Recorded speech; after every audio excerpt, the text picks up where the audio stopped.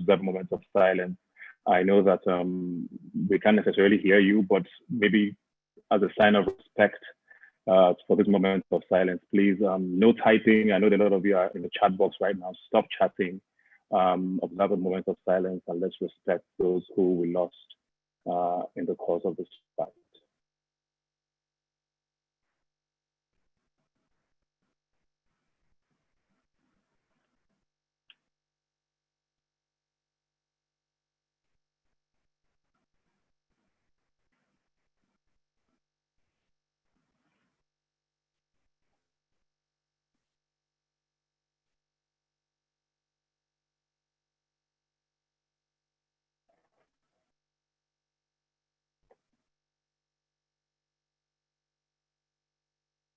May the souls of all those lost in the struggle to fight for a better Nigeria continue to rest in peace.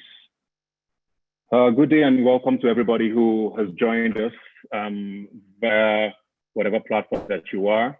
We know that we're grappling with technology and then even have fights with the internet in our country. So please bear with us, whatever technical hitches you may observe or you may find as we go along, please just understand that we are doing our best to make this as amazing as possible. There's so much we're going to be tackling today. A lot of us are going through so much. I've gone through so much in the last couple of weeks. Most of us are still not sure how to deal with this. And importantly, this conversation has only just started. And I think that's the most important thing. The ENDSARS might have started as a conversation on social media and it moved on to the streets where a lot of Nigerians overwhelmingly were in support and agreed that this was a worthy cause to fight for. Yes, the street protest might not have continued at this point, but it doesn't mean the conversation has stopped in any way. We just have moved on to be more strategic now. And that is where a lot of us want answers from. What next is probably the one question I've seen across social media since the incident of the 20th of October. Most people are not sure exactly what's going to be happening now. Is this it? Does ENDSARS end with protests ending? I don't think so. I think this is a conversation that's only just begun and so much more needs to be done. And I think it's only fair that this conversation probably is the beginning of getting some sort of answers as to what we need to be doing going forward. Hopefully we'll leave here today with a semblance of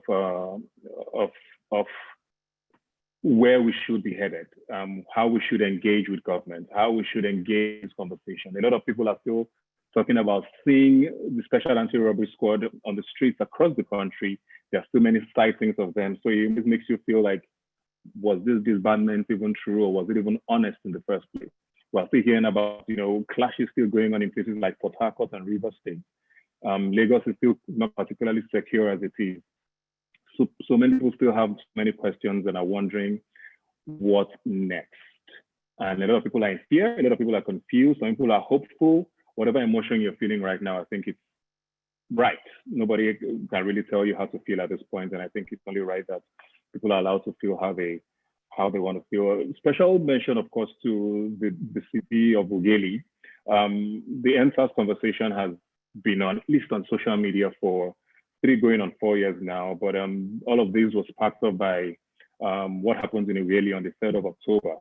I don't know that they've gotten a lot of, talk about how this sustaining that and sort of waking everybody up to say, okay, maybe this is the final straw. And of course, to a lot of people who at the beginning of this stood against what was probably the narrative, say, oh, let's not go on the streets, and saying, you know what, we're going to speak up this time and that woke everybody up to what we are seeing today. We are going to be starting off what is going to be hopefully a very healthy batch of conversations today by first taking experiences from people who want to share their stories about police brutality in Nigeria. A lot of people are not particularly sure if they want to speak up. Some have been courageous enough to speak up. Some are still not sure what happens if they speak up, but I think the overwhelming sentiment across the country is that this is the time to speak up. And so let's listen and get a feel of what some people who have gone through what a lot of us have gone through, really. I mean, I have my own fair share of the experience with police and SARS in Nigeria. So let's just take a look at some of these shared experiences of police brutality in Nigeria.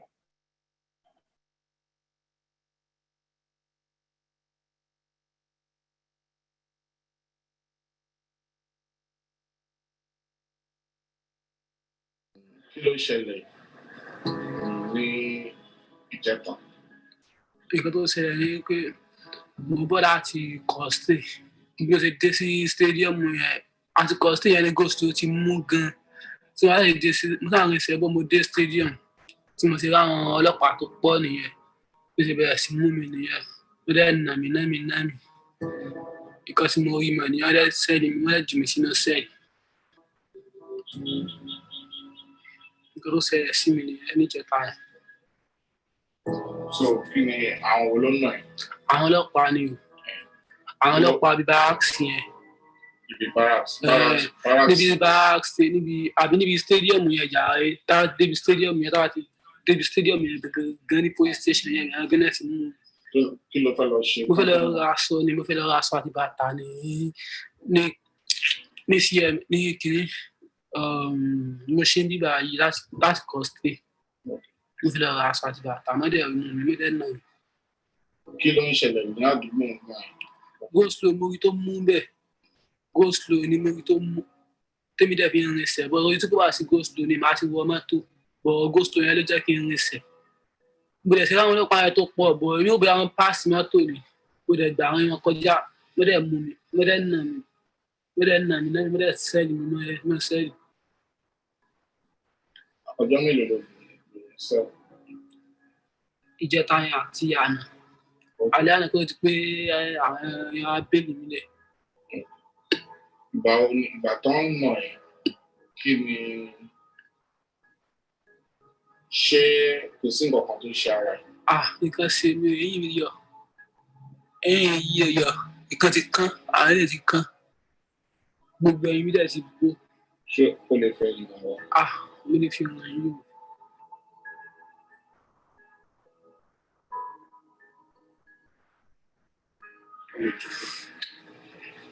Kí ló wá fẹ́ báyìí? Ilé tí ẹ kú mi náà ti ṣe òní. Àtẹ̀yìn tí ẹ kú tí mo ti jáde station yẹn ọlọ́run ti ṣe òní yẹn bí tó bẹ̀rẹ̀ sí mi ọlọ́run ti ṣe òní yẹn mo sì dúpẹ́ lọ́wọ́ ẹ̀yin náà tẹ́ àtàwọn tó wà yẹn lọ sí. So àwọn táwọn ìjọba bá béèrè lọ́wọ́ ẹ̀ báyìí pé ṣé o fẹ́ ìdájọ́ òdodo?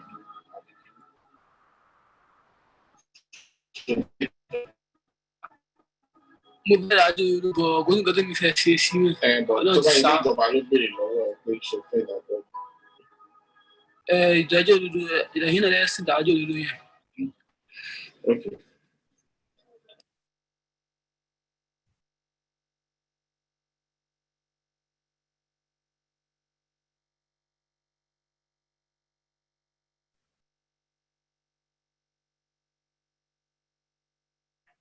So that's one experience so far where, and I think the honesty is what should strike everybody with that.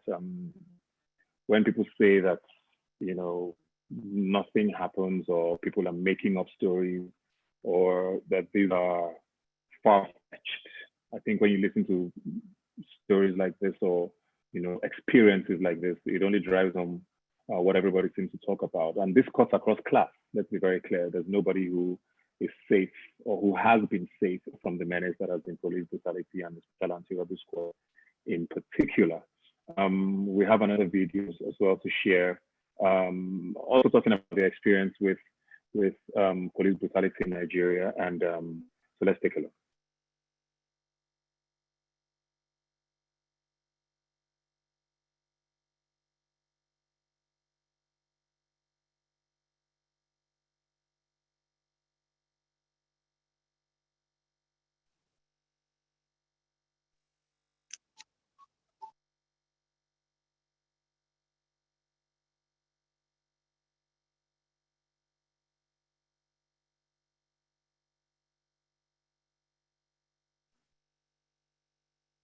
Okay, I think we'll be sharing that video much later, but let's get right into the conversation now. And there's so much that needs to be talked about, and I'm sure we all know that. We've all been a part of the conversation, whether online, whether on the streets, in the last 2-3 weeks plus since this conversation went global, pretty much. And if you're anywhere near a computer or a laptop or a social media app, you would have heard something from our next speaker. And we want to be talking about where do we go from here? Actually, how did we get here first? Let's start with that. How did we get here? I remember sharing my own story about being almost killed pretty much by the police in 2005, which is 15 years ago. A lot of people have had experiences along the way for so many years. And about 2017, the campaign sort of went live on Twitter and on social media. And since then, the conversation has been off and on until the 3rd of October when things got pretty heated. And the next speaker is the CEO of a family business, which is involved in trading and distribution of general merchandise and raw materials in northern Nigeria. She's also the founder of Citizens Hub, an NGO that seeks to build a solutions-driven and dynamic approach to building a financially independent, active, and responsible citizenry.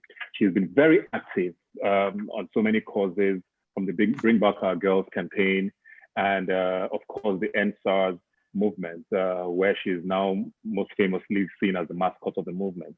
So please welcome, join me as I welcome Aisha Yusuf. Thank you so much, Ebuka. First of all, I would like to say that may the souls of all our soldiers that we lost in this fight rest in peace, and may healing come to Nigeria. It is very important for us all to look at the question and ask ourselves, how did we get here? And I'm going to put 6 points forward, or just on the way that we got here. First of all, we got here because of our lack of empathy. We got here because of lack of understanding of our shared humanity and social contract with government. We got here because of our refusal to occupy the office of the citizen. We got here because of our misplaced anger. We got here because of our short-term memories. And we got here because of our refusal to take part in governance. ENDSARS is a rallying call, and I see a lot of people today say to us all that the fight to end SARS is a fight for the soul of Nigeria. And it reminded me of all the times that we would say that the fight for Chibok girls is a fight for the soul of Nigeria. Now let us look at the issue of the lack of empathy. Dr. Obieze-Kwesili would always say something, that we have been a country that has never cared for one another when anything is happening to any one of us, and that different regions have had to fight different fights and the other regions looked away. We look at the Northeast, we look at the Southeast first. When Biafra happened, the rest of the regions looked away and we didn't do anything. And because of that, today, with all of this happened, how did we get here? When the Niger Delta, South were fighting their own issue, the rest of our nation looked the other way, and indeed, nobody bothered. Then the Southwest, it was the turn of the Southwest. The Southeast had done their own, the South had done their own, the Southwest, it was their turn. June 12 happened, but what did the rest of the nation do? We didn't think about the fact that this empathy, we all have to feel it for one another. The rest of us looked the other way. Southwest finished their own, then the North Central indeed came up with their own. The farmer header crisis and all of that had continued to plague that region went on, and the rest of us looked away. We came on to Boko Haram. Boko Haram happened in the Northeast, and a lot of people said it was the fringes, and we looked the other way. Today we have banditry happening in the Northwest, and what do we still do? A lot of us are still saying it's still some people. Because we have got to a place where we are a nation, where we do not show empathy for one another, and we have allowed all of this to continue to happen. What did we do? We ascribe religion and tribe to different places and forget that we indeed have to have empathy, and we have a shared humanity and a social contract with our government. It didn't matter whether we liked anyone. We have to realize that injustice to one is injustice to all. Today, a lot of us are aghast at what happened. What happened on 20th of October, 2020, that today government is trying to deny. Is it the first time that it happened? No, it's not. In 2014, April 14 to be precise, 276 children were taken away, daughters were taken away from a school in Chibok. What did the rest of us do? Did we all come together to rally and say, no, that must not happen, and go after the perpetrators, and as a nation stand together? We didn't. Some people said that, oh, it didn't matter, and then government said it didn't happen, and a lot of people believe that it didn't happen. Today, we have a repetition of the government trying to tell us that what happened at Lekki toll gate, the massacre that happened there, did not happen. Is it only bring back our girls? Is it only Chibok girls? No. We watch as Shiites over the years have been killed. In December 2015, official record, over 300 were killed. Unofficial record, over 700 were killed. But the rest of us looked the other way because we didn't understand that we have a shared humanity and a social contract with the government. And it didn't matter whether we liked each other or not. What mattered is our shared humanity, and that must be respected. And of course, IPOB. Over the years, IPOB have been killed. They've been killed by soldiers, they've been killed by police. The rest of us looked away. This is how we got there. We got here because of our refusal to occupy our offices of the citizen. I'll still repeat again, Dr. Obieze-Kwesili said something. She said the highest office in the land is the office of the citizen, and the highest political office in the land is the office of the president. Most of us have refused to occupy our office of the citizen, and because of that, we have looked the other way when things were happening. We refused to make demands. We've never had that critical mass, but today we have ENDSARS and we are united. And people who will always say to us that in Nigeria that we cannot come together to fight for a cause, now they know better. We did it when we did Bring Back Our Girls movement. It was all about a singularity of purpose. And today, again, we have a singularity of purpose. And that singularity of purpose is ENDSARS.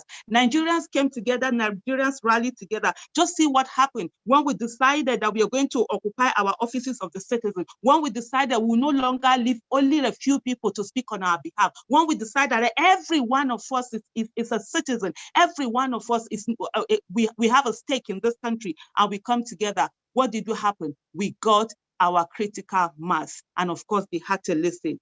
Then we got here. The first thing I would like us to know is that we got here because of our misplaced anger.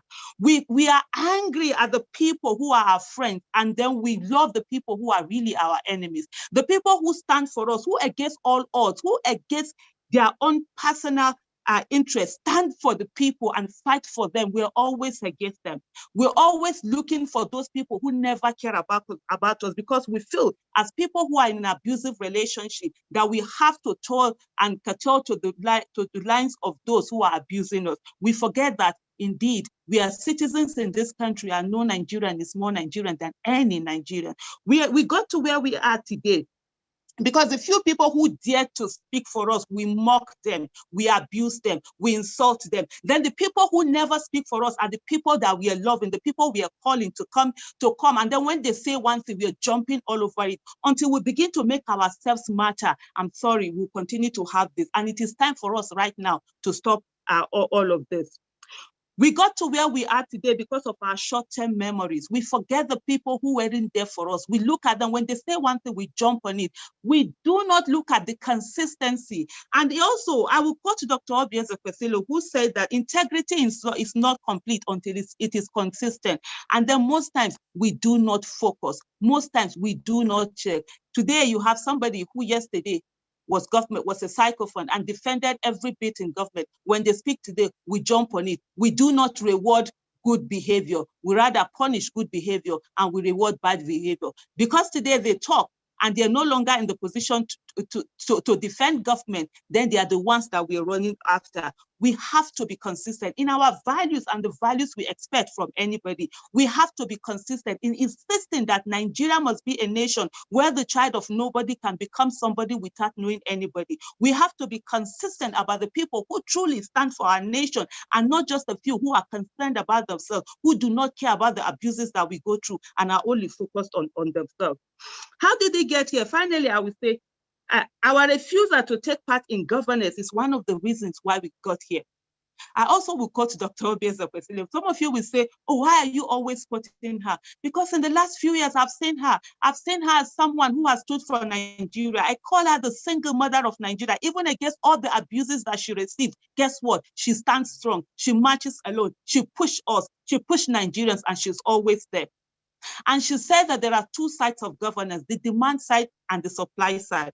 Sadly for us, most of us, we are more focused on the on the supply side, and we think we do not take part in the demand side. The reason why we got here today is because of the fact that we have not understood that we need to be at that place where we are constantly making demands, where those we put into office, we know that they are the public servants. They are there to serve us. They are there to ensure that Nigeria works. When we sit down and we are more tasking of individuals who owe us nothing and live and allow the people who we have voted for to abdicate their responsibilities, is the reason why we are here today. What has happened now, as painful as it is, this is not the first time that it is happening. It has happened before many times over, but because we did not care, we did not decide to take our own part of governance, the demand side of governance, we looked the other way. We allowed them to abdicate their responsibilities, and sometimes we even praise them.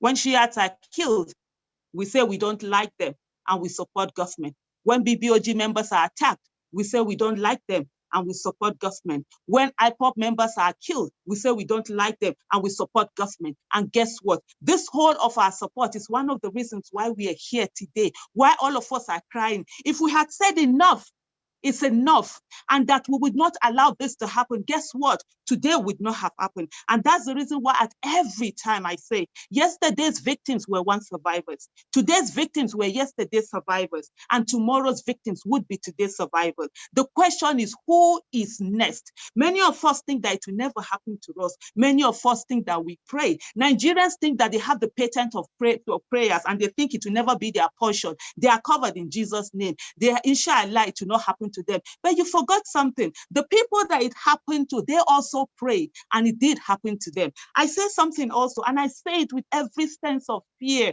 that I can be the next victim. And I say, the victim card is going around in Nigeria, and being a victim in Nigeria today is no longer a matter of if, it is a matter of when. And the question I would like you all to ask yourself is that, who is the next victim?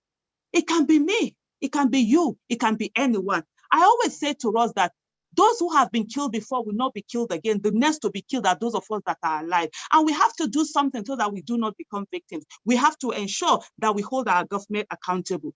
But we've gotten here, but guess what? There is always a time for anything and everything. There's a saying in Africa that it is when you wake up that it is your morning. And today Nigerians have woken up. ENDSARS have given us a voice. It has allowed us to know that indeed we are citizens in this country, that we are not slaves. It has allowed us to know that we matter. It has allowed us to know that with the critical mass, we can bring the changes that we are looking for, and we'll get it. And I say to every one of us here and the whole of Nigeria that we've gotten our voices back, and it will never be shut down. We will keep our voices high there. And you know what makes me so happy is that I see myself in the future sitting down in a park, in a beautiful park, and I'm sitting with my grandchildren, if God gives me that, and I'm saying to them, you know what? There was once a Nigeria where the child of nobody could not become somebody without knowing anybody. I would tell them about the Nigeria where we didn't have 24/7 electricity. I would tell them about the Nigeria where the president would go abroad for treatment. I would tell them about the Nigeria where many people send their children abroad because there was no good quality education in Nigeria. I would tell them about the Nigeria where the child of the president and the child of the policeman didn't have access to good quality education, the same access. I would tell them about Nigeria where getting good quality education was dependent on the economic status of one's family. I would tell them about Nigeria where we didn't have healthcare, where it was only the rich that had access to good healthcare abroad. Then the poor would die, and they say that, oh, it is their time. I would tell them about the Nigeria where you came from mattered more than what the capacity you have to give. I would tell them about Nigeria, where we put the wars to represent us, and good people did not go into politics. And you know what I expect to see here? I will hear my grandchildren say, no, grandma, you're lying. My grandchildren will say, grandma, you're lying, because the Nigeria that my grandchildren will know about is the Nigeria where the child of nobody can become somebody without knowing anybody. The Nigeria that my grandchildren will know about is the Nigeria where it didn't matter what state you were from. All that mattered was your state of residence, and state of origin was something that they didn't know about. The Nigeria where indeed The child of a woman who sells ugu knows that when she is done, when the woman selling ugu sends her child to school and the child is done, guess what will happen? They will have jobs the way they want to. The Nigeria where youth do not go around looking for pastors or malams that will bless their certificate so that they will get jobs. The Nigeria where miracles were not getting jobs and having a car or getting and having something good life, but miracle was just having a relationship with God and, you know, being there. In Nigeria, where we will no longer be people who are just merely surviving, but indeed people who are living.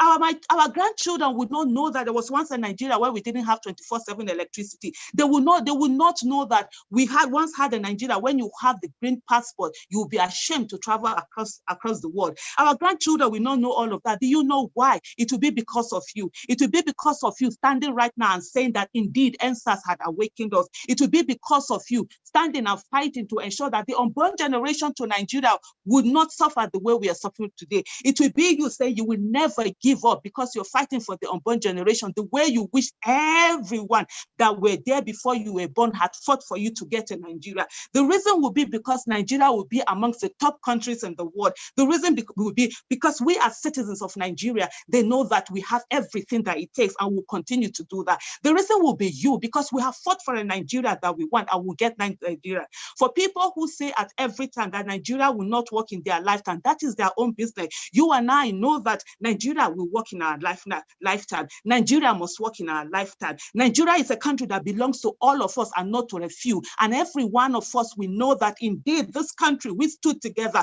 we fought together, we did everything together. And that it is a lie when people say to us that we cannot unite based on religion, based on ethnicity, based on gender, based on age. All of that would not matter. And you know what? At the end of the day, we'll be able to say something and tell our grandchildren and the ones unborn that we stood for Nigeria when it mattered to us. And you and I, all of us together, we ensure that we get that country. We move. Thank you.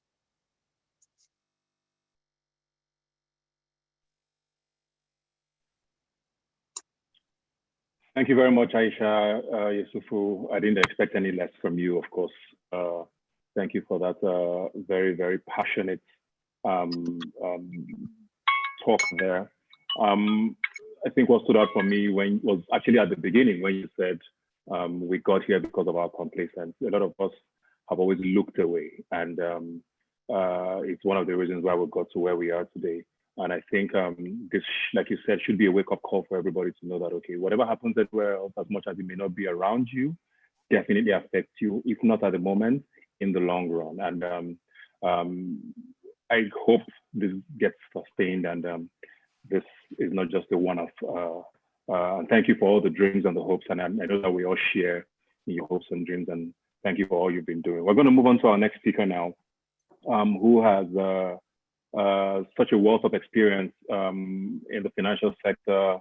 He's a Nigerian entrepreneur, an investment banker, and an economist. He's also the founder of the ANAP Foundation, which is committed to the fight for good governance. And in the last couple of days, has become a huge favorite of so many Nigerians for how honest and blatant and just, you know, straight to the point he was with his analysis of how Nigeria got to where it got to and what Nigeria should be doing going forward, which is why we brought him here today to help us share where he thinks we should go from here, because his wealth of experience is definitely unmatched. And I hope we can tap into it today. Please welcome the amazing Atedo Peterside. Thank you, Ebuka. I hope you can hear me clearly. I asked the organizers to make it possible for me to share a screen so that hopefully, yes, I think it's working. I was asked to speak about where do we go from here?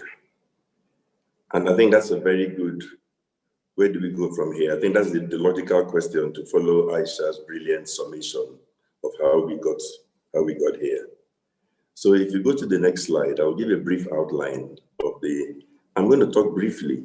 First, I'll go down memory lane in a personal way.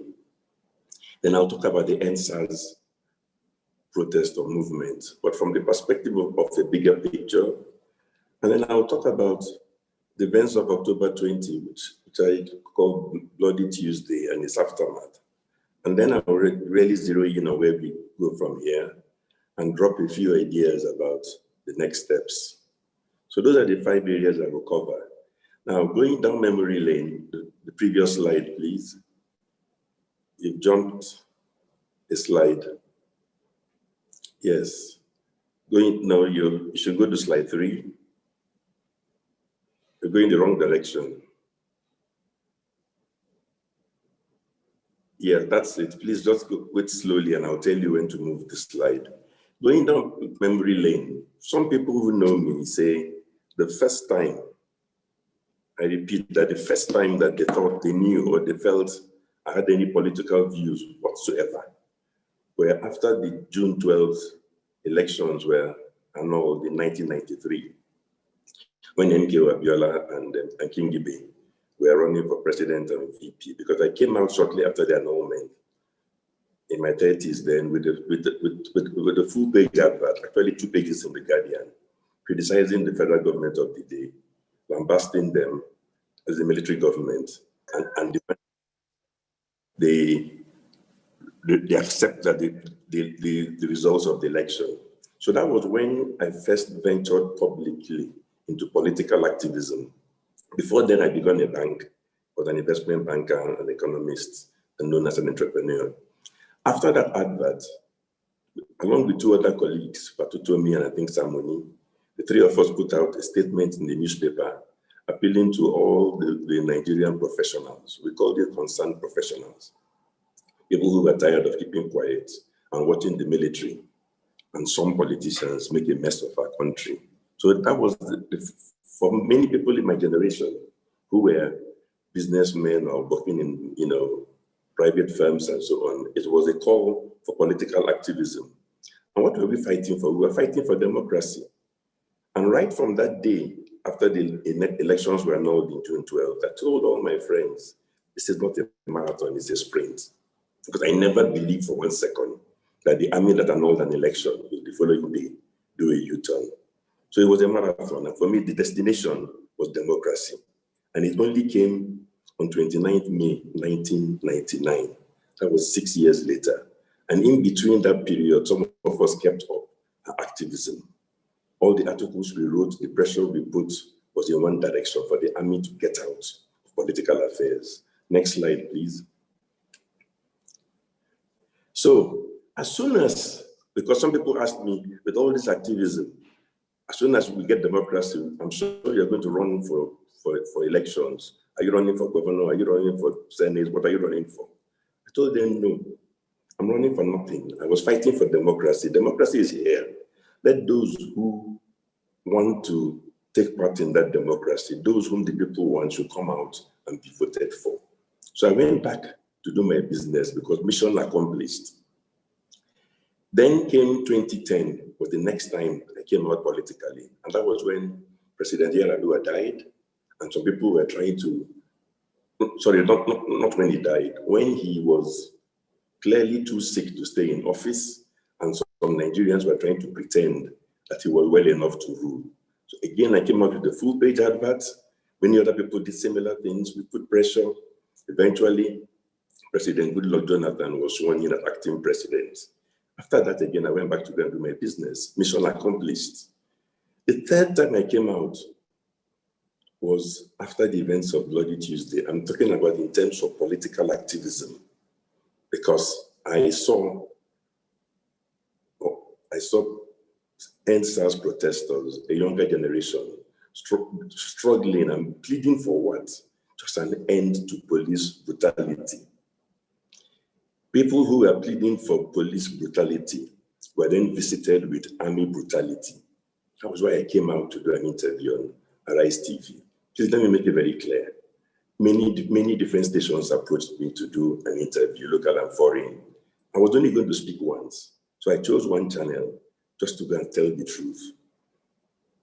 Because I know that at such times, many people are afraid to tell the truth. Next slide, please.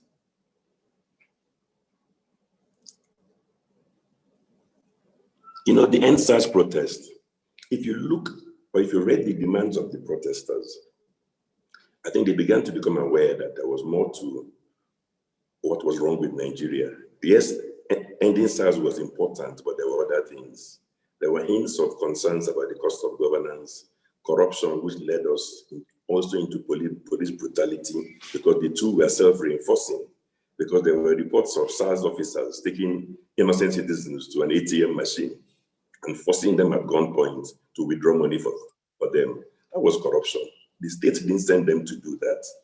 So already the protesters were broadening their request, not just to end SARS and replace it with SWAT or something equally cosmetic, but they were looking for meaningful change. So that's why in the next slide, I'm talking about the bigger picture. You see, this is what I consider to be the big picture for Nigeria today. The top left-hand corner is actually what you can probably talk about SARS, policemen at gunpoint terrorizing citizens. But that is only a small part of a big picture. And it's that big picture that I would like us to look at before we identify the next steps. Incidentally, please don't go looking for the artist, because I just told him what to paint and sketch. What this picture is the big picture that sums up what is wrong with Nigeria today. At the dinner table, all the government revenue is placed there. And some people, most of them already overfed, eat up all of the government revenue in recurrent expenditures and debt service, so that they finish. Please, I choose my words carefully. I'm not talking about the size of the budget. The budget includes borrowed funds. I'm talking about government revenue, all the money that Nigeria earns. Some people in government at various levels between them finish all of it on themselves and on debt service. So, and then there's nothing else left for development. The total number of people in government must be less than 2% of the population at all levels, federal, state, and local governments. And this formula of finishing all the revenue on those in government replicates itself from the federal to some states and to some LGAs. So they manage to spend a bit of money on either the SARS or the police to keep you down, or on the right-hand side, the army to shoot you once in a while. And everybody's on the ground begging for crumbs that fall off that dinner table. The number of people on the ground is roughly 194 million Nigerians who do not really get anything from that dinner table, because they finish all the revenue on themselves.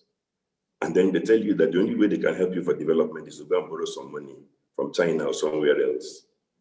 And citizens on the ground have some things in common. No proper national ID card, no safety nets. So this is the big picture. Even if you solve the problem of SARS on the top left-hand corner, if you leave a small subset of Nigerians to consume all the revenue on themselves and nobody else, the problem persists. They are clever enough to spend a bit of money on the army or soldiers to shoot you, or a bit of money on a new police unit to shoot you and armed robbers. So this is the big picture. Correcting this picture includes a number of things. Transferring more of the dinner to those on the ground. Removing some of the fat cats on that fat table who have no business being there. They add no value. It is a form of legalized corruption, in the sense that the Senate or House of Assembly or House of Rep can decide how much money they vote to themselves. And generally what Nigeria does is, as soon as there's a bit more revenue that comes in, we create new agencies that bring in new staff and new employees who are all the relatives and friends of those that are currently in charge, so that they eat more at the table and still leave nothing behind. This is the big picture that the ENDSARS protests have opened the eyes of the whole nation. And I want us to keep this big picture in mind. They say, because a picture tells 1,000 words. Next slide, please. So, what was the significance of Bloody Tuesday 2010-2020? There was already tension and anger. The Lekki toll gate shooting fueled the anger in the land. The anger was then further fueled by those who were masters of deception, who came out to tell lies to a nation. So we hear things like the army was not there, but later the army that was not there now says that they fired blanks. If they were not there and nobody called them, Why are they now saying that somebody called them? How could they have fired blanks if they were not there? But please don't get me wrong. That is normal in our history. People will come out. I don't even mind the army saying what they're saying. There will be highly educated people coming out to help to masquerade and deny what everybody who has a conscience knows about. So when I went on a Rise TV interview, it was simply to tell the truth and to point out and to help calm nerves, to condole all those who lost loved ones everywhere in the nation, including, of course, the police officers, protesters, even hoodlums are pointed out. So it was basically saying, let us calm down, address the issues. And I knew also that, Christians say the Lord works in mysterious ways. Muslims, some of my Muslim friends say a similar thing in different language. They say the Lord does not make mistakes. The two point at the same thing. What exactly did the Lekki toll gate shooting achieve? Yes, people are in hospital. It was a bloody affair, we know that. But beyond that, what did it achieve? I explained on TV. Perhaps if there was no Lekki toll gate shooting, the bulk of the youths after this week would have gone back to their normal business. The main thing, therefore, that the Lekki toll gate shooting helped to liberate or to create was political activism. So many youths all over the country, the length and breadth of this country, all of a sudden have understood and realized that they have to listen to people like the previous speaker. They must have a say in what happens in their country. And that was why I said, the best way to have a say in what happens in your country is to galvanize your activism and channel the energy towards change today, and also having a major say in the next elections in 2023, which you must begin now to organize to ensure that you bring in real committed people who will change that big picture, people who will understand that they're not in government to finish all your dinner on themselves, to finish all the government revenue on themselves. Next slide, please. So where do we go from here? Remember that big picture. Where we really want to go to is to change that big picture, because that is where the problem lies, of which SARS is a part. In planning this, we have to understand there must be different strokes for different folks. Those who have come together to do something about changing where we are must define the rules of engagement. It's nothing like saying you don't have any leaders. If you don't have leaders, you must have influencers. So begin to identify them. Some words of advice, if you want to win in Nigeria, or indeed anywhere in the world, even in sports, never underestimate your opponents. People who are eating fat at that dinner table will do everything possible to remain there and keep you out. They will try and divide you. You must never let them divide you based on ethnicity, religion, money, or whatever. When I went public on June 12th, I'm a Joe from River State. I know how many people called me. Sometimes the Joes from River State and said that, you're a young man, you began a bank, he's only 4 years old. Why do you want to destroy your future fighting for two Muslims, MK Abiola and King Gibe? Why do you want to fight for that? If the role was reversed and a Joe man won the election, they won't fight for you. I said, thank you very much. I'm not fighting for individuals. I'm fighting to improve my country. I'm fighting for democracy. Some use religion. They called me and said, you're a Christian, from a Christian family. Why do you waste your energy and money fighting for two Muslims? If the roles were reversed, Muslims would not fight for a Christian. I said, well, I don't know that. But whether what they want to do, they are free to do. I'm free to do what I want to do, which is that I will fight for any Nigerian that won an election free and fair. I don't care if he's a Muslim. I don't care if he's a Christian. What he is his own business. What I fight for is justice and what is right. Some also use money to try and suppress and divide. Oh, if you give up the struggle, we will give your bank business. Say, you know what? If that is the condition for giving my bank business, please don't give my bank business. Give it to somebody else. So people will come and try and divide you. The purpose of this whole thing, where do we go from here, is that we want to raise the bar. You want to raise the bar in two ways. If this movement of Nigerians, the political activism that has been sparked in the youth, is well governized, it will do two things. Political parties will be afraid to bring out useless candidates because they will realize that the movement is such that it will consume all the useless candidates. So there will be a struggle to try and bring out better candidates. That by itself is a victory. The days when anybody could bring out his cousin who is the nincompoop and think that everybody will vote for them, the youths will just get together and say, vote for somebody else, don't vote for that clown. So it can help to improve the quality of candidates across the board. And then better still, depending on how ambitious you get, it can get to the youths themselves, organizing themselves and bringing out better candidates themselves. So 5 and 6 are interrelated and both represent victory. If all serious political parties bring out quality candidates, Nigeria is the winner. If all political parties insist on bringing out lousy candidates, and therefore a new one emerges with a critical mass that brings out good candidates, then again, Nigeria is the winner. Next slide, please. Now, there are some things we must remember to stay focused on that big picture. That's why I asked the artist to sketch it and draw it in a manner that even if somebody comes and destroys the painting, it should be in your head. You saw it. You don't need the details. The details are correct. All the revenue is finished. Let anybody come out and challenge me. All the revenue is finished on recurrent expenditure spent on by those in government and debt service, leaving nothing left at the federal government level. Many states are the same. Remember also that this is not the last bus, not the last meeting. Indeed, you can call it the first meeting. You are involved in a marathon. It's not a sprint. Like June 12th, it was a marathon. Like I said, it took 6 years to arrive at the destination.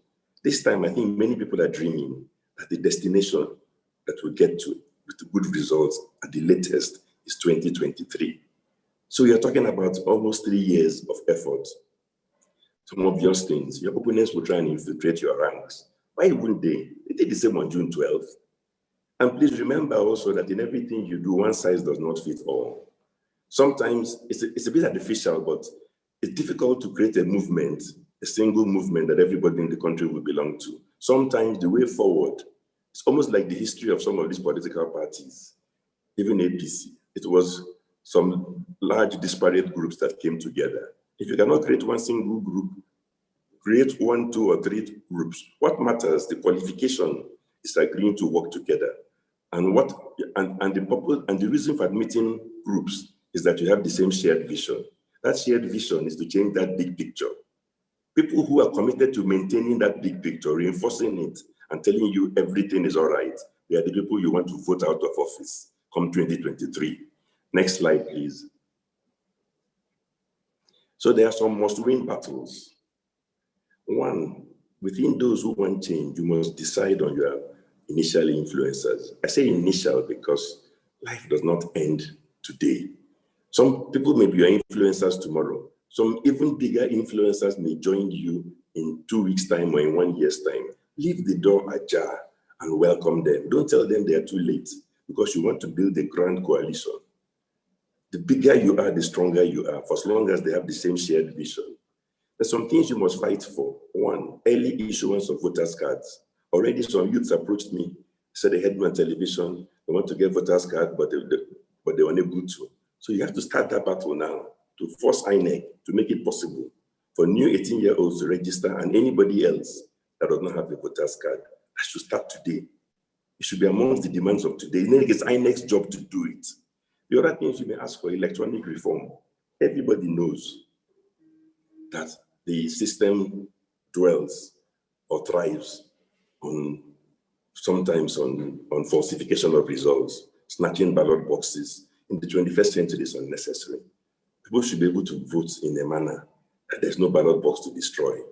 So you need some electoral reform, meaningful one that will not negate all you're fighting for.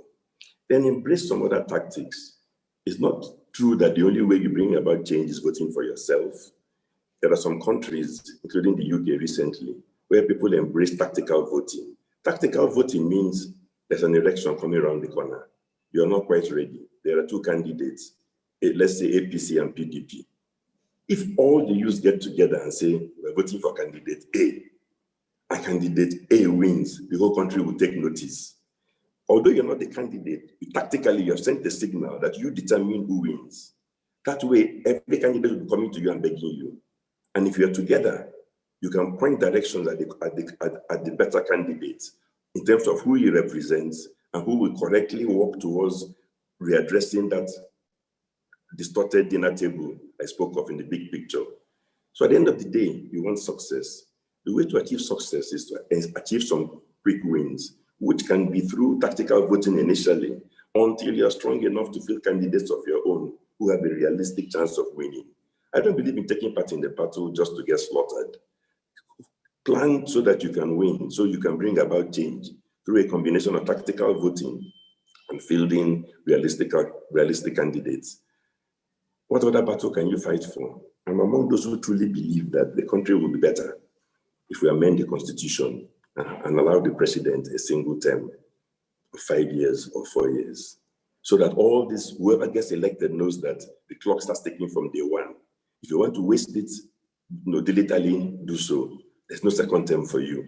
And I say it at the presidential level, because if you try and demand it everywhere, you may not get it, because governors are self-interested, so they may not go for it. But because they're ambitious, some of them want to be president, so they may support you in a single term for a president.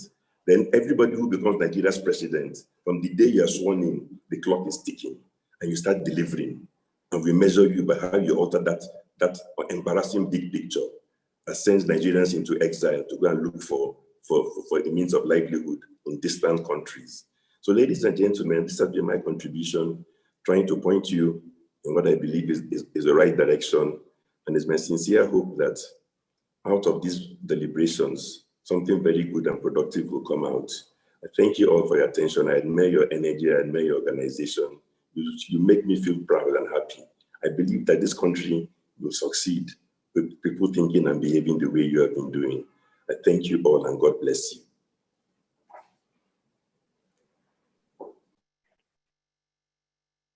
Please, wherever you are, I don't know, just clap if you can, clap in the chat. This is absolutely amazing. Thank you very much, sir.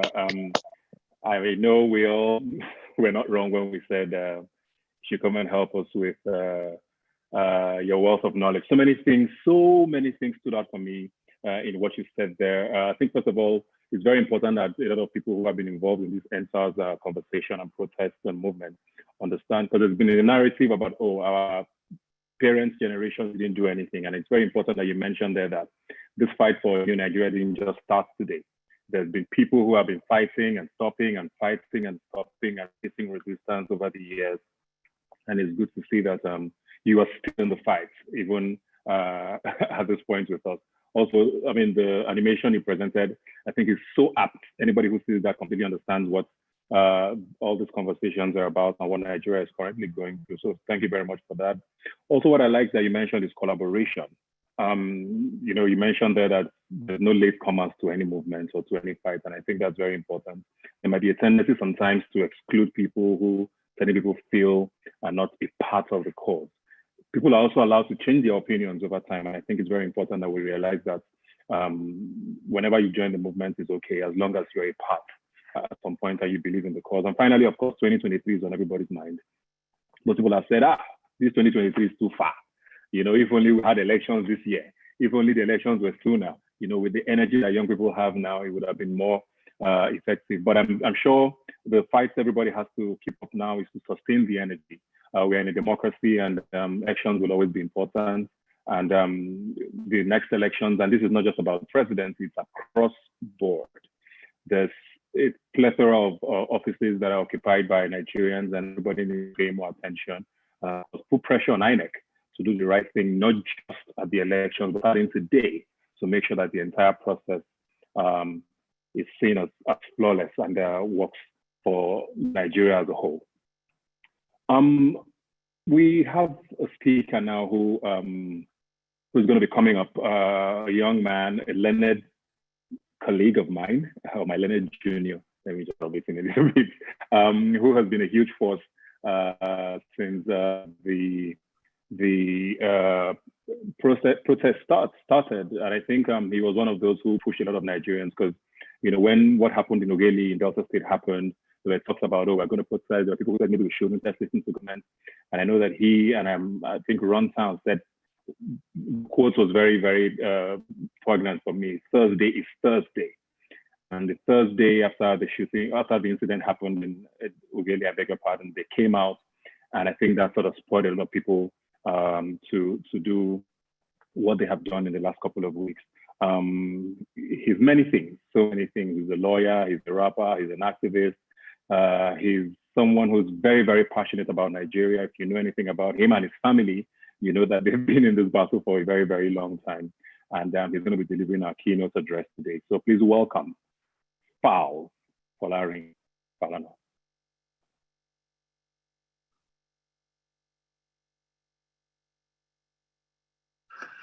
What's up, everybody? My name is Folarin Falana, aka Falz the Bad Guy. For those that don't know, I'm an entertainer by profession. First of all, I think it's important to sort of commend everyone on an amazing job. I think you know, what we've just seen, what we've just witnessed, is nothing short of history. You know, we've basically just rewritten history. We've changed the way things operate on this side of the world, and I dare say things will never ever be the same again. I promise you, things will never be the same in Nigeria again. At the beginning, I mean, for me personally, on the 8th of October, the day that I decided to go out there and, you know, do the first ever walk, big shout out to Runtown. I think he had put out a tweet like a few days before, and then I saw that, and this was, you know, what I saw as the avenue to come out and really protest about something that was affecting pretty much everyone. You know, I think almost every young person has a story with SARS and the police in general, and it was about time. So we went out, you know, we thought maybe 50 people will come out, maybe 100 people will come out. You know, I mean, but on getting there, my dear, there were thousands of people behind us. And I think that was when I realized that we're onto something. You know, I didn't even know how big this movement was eventually going to become. I had no idea what we had started. But at that point in time, I realized it was something bigger than us. After that day, every single day was a new city. Every single day, a new set of people, a new group of people that we didn't have to ginger to come out. And then these protests kept on going and going. And what I really, really realized was that there was a sense of unity, there was a sense of oneness that we built during these protests. And that is priceless. In my life, in my entire 30, I just turned 30. In my 30 years of existence, I've never seen a Nigeria as united as what the youth were during those protests. After all that happened, you know, after all the protests and everything, I think the question on most people's mouths now is, what next? For me personally, I think it's work in progress. What we've started it has by no means ended.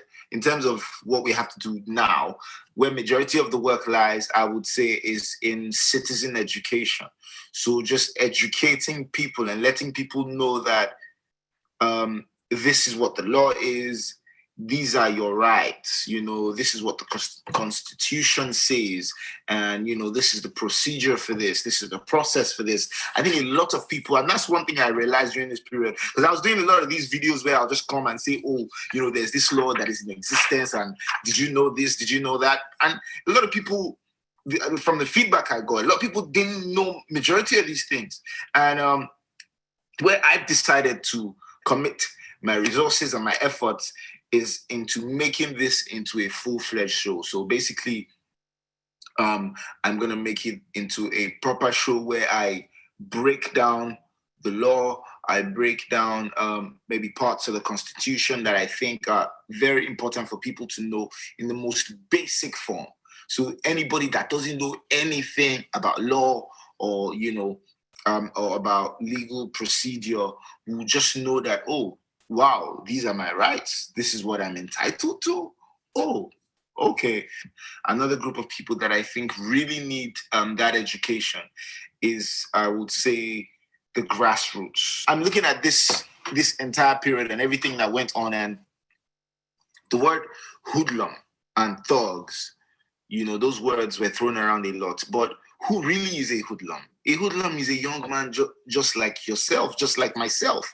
But what makes them a hoodlum is the fact that they probably don't know better, or they probably don't have the resources to exist and, you know, flourish without doing that thing that they're doing that makes them a hoodlum. So a hoodlum wasn't born a hoodlum or isn't destined to be. It's just because of where they found themselves. So I think this set of people need a lot more education. Just letting them know that, come, you know, suppose they run this kind of way they run, or like sort of letting them know, awakening their consciousness. So for them, it's more of a realization of, you know, what they have been doing wrong and how they can sort of improve on that.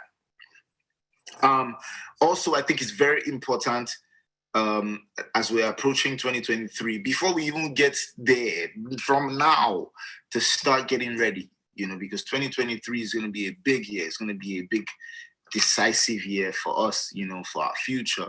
So it's important now to start getting our PVCs. They should start registration. I don't know what it takes. I don't know what the procedure is normally, but I know, you know, from practice, they usually start closer to the time. I don't think the law requires that they start late, but just it's them.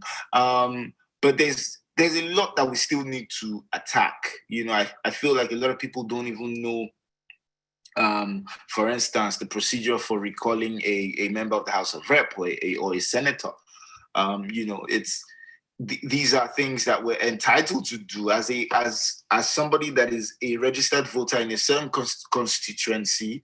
You have the right to recall a member of the House of Rep. So if somebody they mess up, we can't just ginger and tell ourselves, guys, this guy, they mess up. Maybe we come out for there. You know, and at the end of the day, we've seen that the power, I saw this, I'm looking for this very strong quote, the power of the people is greater than the people in power. Yeah, thank you very much. That was it, yeah. So I think if there's anything that we've realized in these past few weeks is that.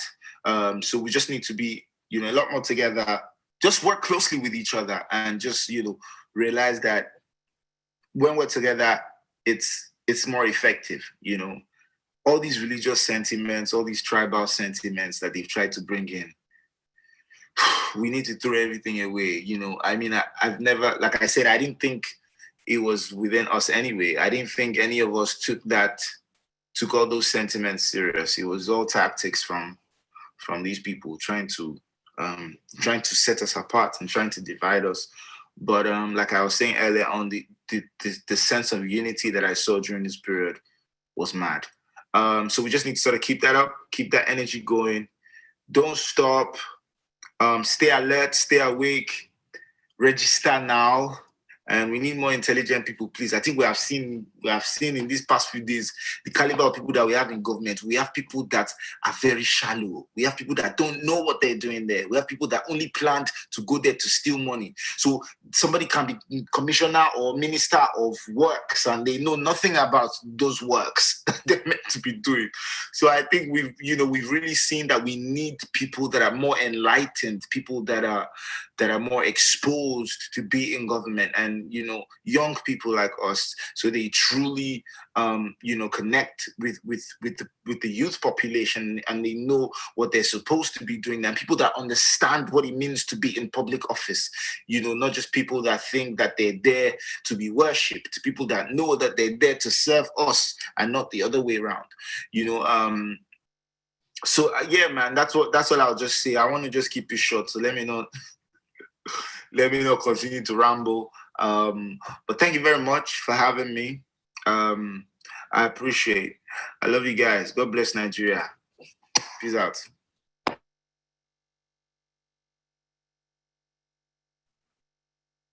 Yeah, God bless Nigeria indeed. Thank you very much, Falz, for that. If nothing else, we have to give you credit, first of all, at least for the energy you keep coming with. A lot of people have observed and rightly so, that you have been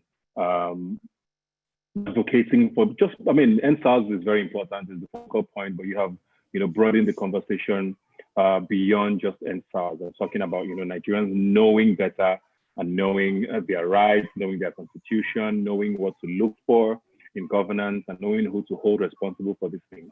And it's very important. It's coming from someone from the generation that is agitating for all of these things. So thank you very much for all of that. And keep the fire burning. We're looking forward to more of this from you. And we hope that young Nigerians who are listening, and Nigerians in general who are listening, are paying attention and not just listening. They're paying attention to all of the things that you were saying. So moving on now to our very first panel of discussion today. And it's one that is very important to a lot of people. When this protest started, people kept saying, what exactly do you want? You just want SARS to be disbanded, and when it's disbanded, then what? And there was the 5 for 5 hashtag that came around. A lot of people didn't understand if that's all we wanted. Some people didn't understand if all of the points there were valid. There were a lot of people who also agreed with the 5 points. Government said they had accepted it and were going to implement it, but we're not too sure what's going on there. And that's one of our first panel of conversation we'll be focusing on. I'm going to be inviting the moderator for this one to introduce the panelists and hopefully have a healthy conversation that will lead us somewhere after this. And so please welcome our moderator, Tolu Adeleru Balogun. Hello, everyone. Thank you so much for joining these very necessary conversations. And this is just the beginning of what many, many people believe is truly the change that Nigeria is seeking, particularly for its young people.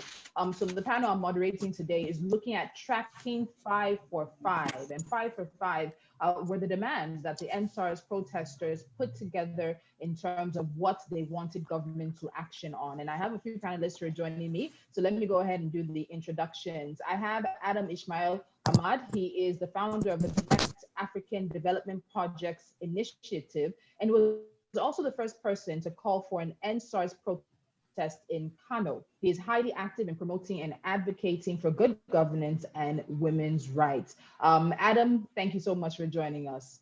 I also have Bulama. Thank you very much for having me. Great. I also have Aldu Bulama Bukerti. He's an analyst in the extremist policy unit of the Tony Blair Institute for Global Change, and there he focuses on violent extremist groups in sub-Saharan Africa. Now, he has studied extremist groups in Africa for over a decade and has written many papers, commentaries, and even op-eds on their history, their ideology, and much more. Bulama, thank you so much for joining us. All right, moving on. We also have Chioma Chuka, who is joining us. She has her interests revolving around women, media, politics, and technology. Whether it is champion young first-time women politicians, co-creating solutions for sexual and gender-based violence, or even creating sessions on digital security, Chioma believes that technology not applied is not useful. Chioma, thank you so much for joining us. And finally, we have Nelson Olanipekun. He's a lawyer and tech developer, and also the founder and team leader of Gavel, which is a social enterprise that promotes increases in the justice delivery process through access to justice, technology, and citizens' engagement. Nelson, thank you so much for being with us.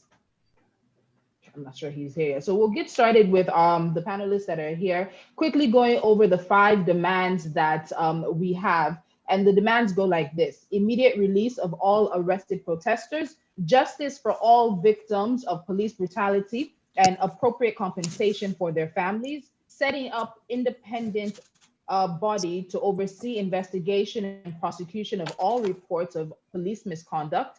Number 4, in line with the new Police Act, psychological evaluation and retraining, which is to be confirmed by an independent body, of all disbanded SARS officers before their redeployment. And number 5, increase police salaries so they are adequately compensated for protecting Nigerian lives and property. So let me start with you, Chioma, in terms of what government has said. We had the vice president come out, we've had the inspector general of police come out, we've had many government officials come out and say they acceded to the demands of the protesters and they've given the protesters what they want. So in terms of government actually giving in to the 5 for 5 demands, where do you think we stand? I think we stand at a point where nothing has really happened. And it's very simple. If you look at some of the things that they said they've done, Governor Jide Sanwo-Olu posted a list of people who were facing prosecution in Lagos State. And we were going to rejoice till someone shared a list from 2016 featuring quite a number of people on his 2020 list, right? When the, we have ended SARS thing was loud, we're going to rejoice till people said, look, we have 2017, 2018, 2019 renditions of this same, we have ended SARS, just with different synonyms. So I think there's got to be a lot more that the government will do to get the trust of the people, beyond just saying we have said yes to your 5 for 5. For instance, there are very quick wins. There was a politician who shot at protesters in Lagos. Where is that person, right? All of these instances, especially during the protests, we need to see some action. Some of the thugs in Abuja came out of police trucks. Who gave the keys? Like, is there no data within the police system that people don't know who had control of what truck or who had control of what car, and things like that? A good number of the protesters in Abuja have been linked to a senator, a serving senator. Where is the justice from there? It's not enough to just say we have done something if we're not seeing workings, right? And I guess that's what young people and the country really, that's what people are asking for. The monies that have been extorted from people, is there a process by which their claims are verified, working with the banks? And then those monies are given back to the people, because we have a police service commission that's naturally supposed to cater to complaints. If we don't have these structures in place to respond to the 5 for 5, it's just like I tell you, Tolu, I want some water. You tell me, come, let's have a meeting. You're either giving me water, telling me here's a cup, you can get water from a dispenser, or you're not. And what the government is doing now is telling us, come and talk. But you've seen our demands. You have responded to some of these demands on Twitter, right? So what else do you want people to meet with you for? Get to work, tell us what your plans are, tell us how you plan to meet our demands, and then, and then just let us know how we can monitor, which is why I'm really excited with what, Enough is Enough Nigeria and YAG Africa are doing, which is, working with the 5 for 5, checking, okay, the judicial panels have been set up in so and so states, their X number of states, you haven't done this yet. Can you please get to work setting up those panels? I think the other thing we need to think about is, what is the power of these panels once the results have come out, right? Because if we look at the police force, they're answerable to the center, not to the states themselves. And this is what Governor Wike of Rivers State was saying, that he's produced, his government has produced a report before, and it didn't go anywhere. So we need another set of people who will be following up with government and saying, okay, well, when these reports finally come out, what are you going to do with it? How do we prime government at all levels to be ready to receive these reports when they come out?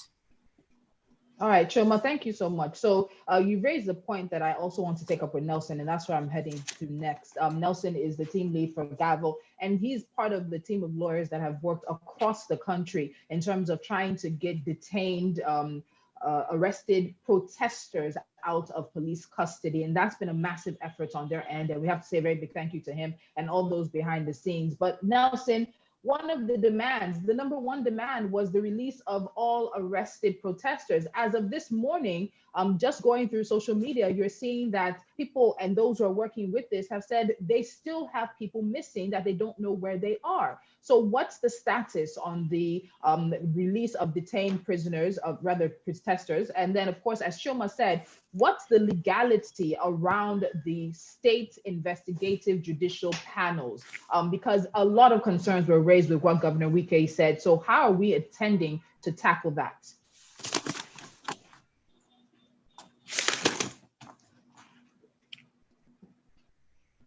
Nelson, we can't hear you. Can you please check your audio?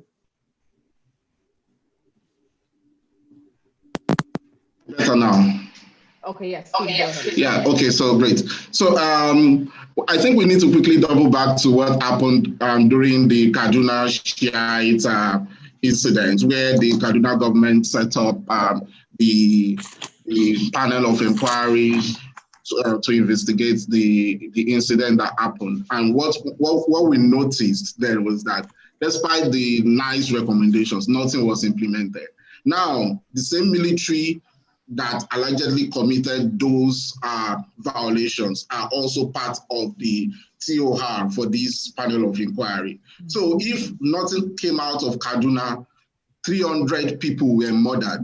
Lekki, by the statistics, they are still less than 50. So what do we want to see? You know, the presidency is also yet to give a lot of powers behind these panels of inquiry. They are yet to give a lot of energy and a lot of support. I feel that the likes of Brotai should be on the hot seat by now. It should be answering questions. It should be able to fish out people who have been alleged to have had one connection or the other with that incident that happened in Lekki.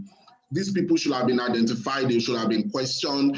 Probably they should have been court-martialed or something. But nothing like that is happening because the regular soldier out there is not subject to the laws that we have. They are subject to the martial laws, and these martial laws also provide for violations which have been committed or allegedly committed in the Lekki massacre. So there should have been a court-martial proceedings right now. So we don't see that concrete step, you know, right now. And to ask about the question whether all protesters has been released, as of yesterday, I was in communication with one of my colleagues in Abuja, and at FCID in Abuja, protesters are still in detention. Many protesters, particularly were involved in one of the cases of a young guy that was moved from Ekiti, and he was sent to Abuja and has been in custody for over a week.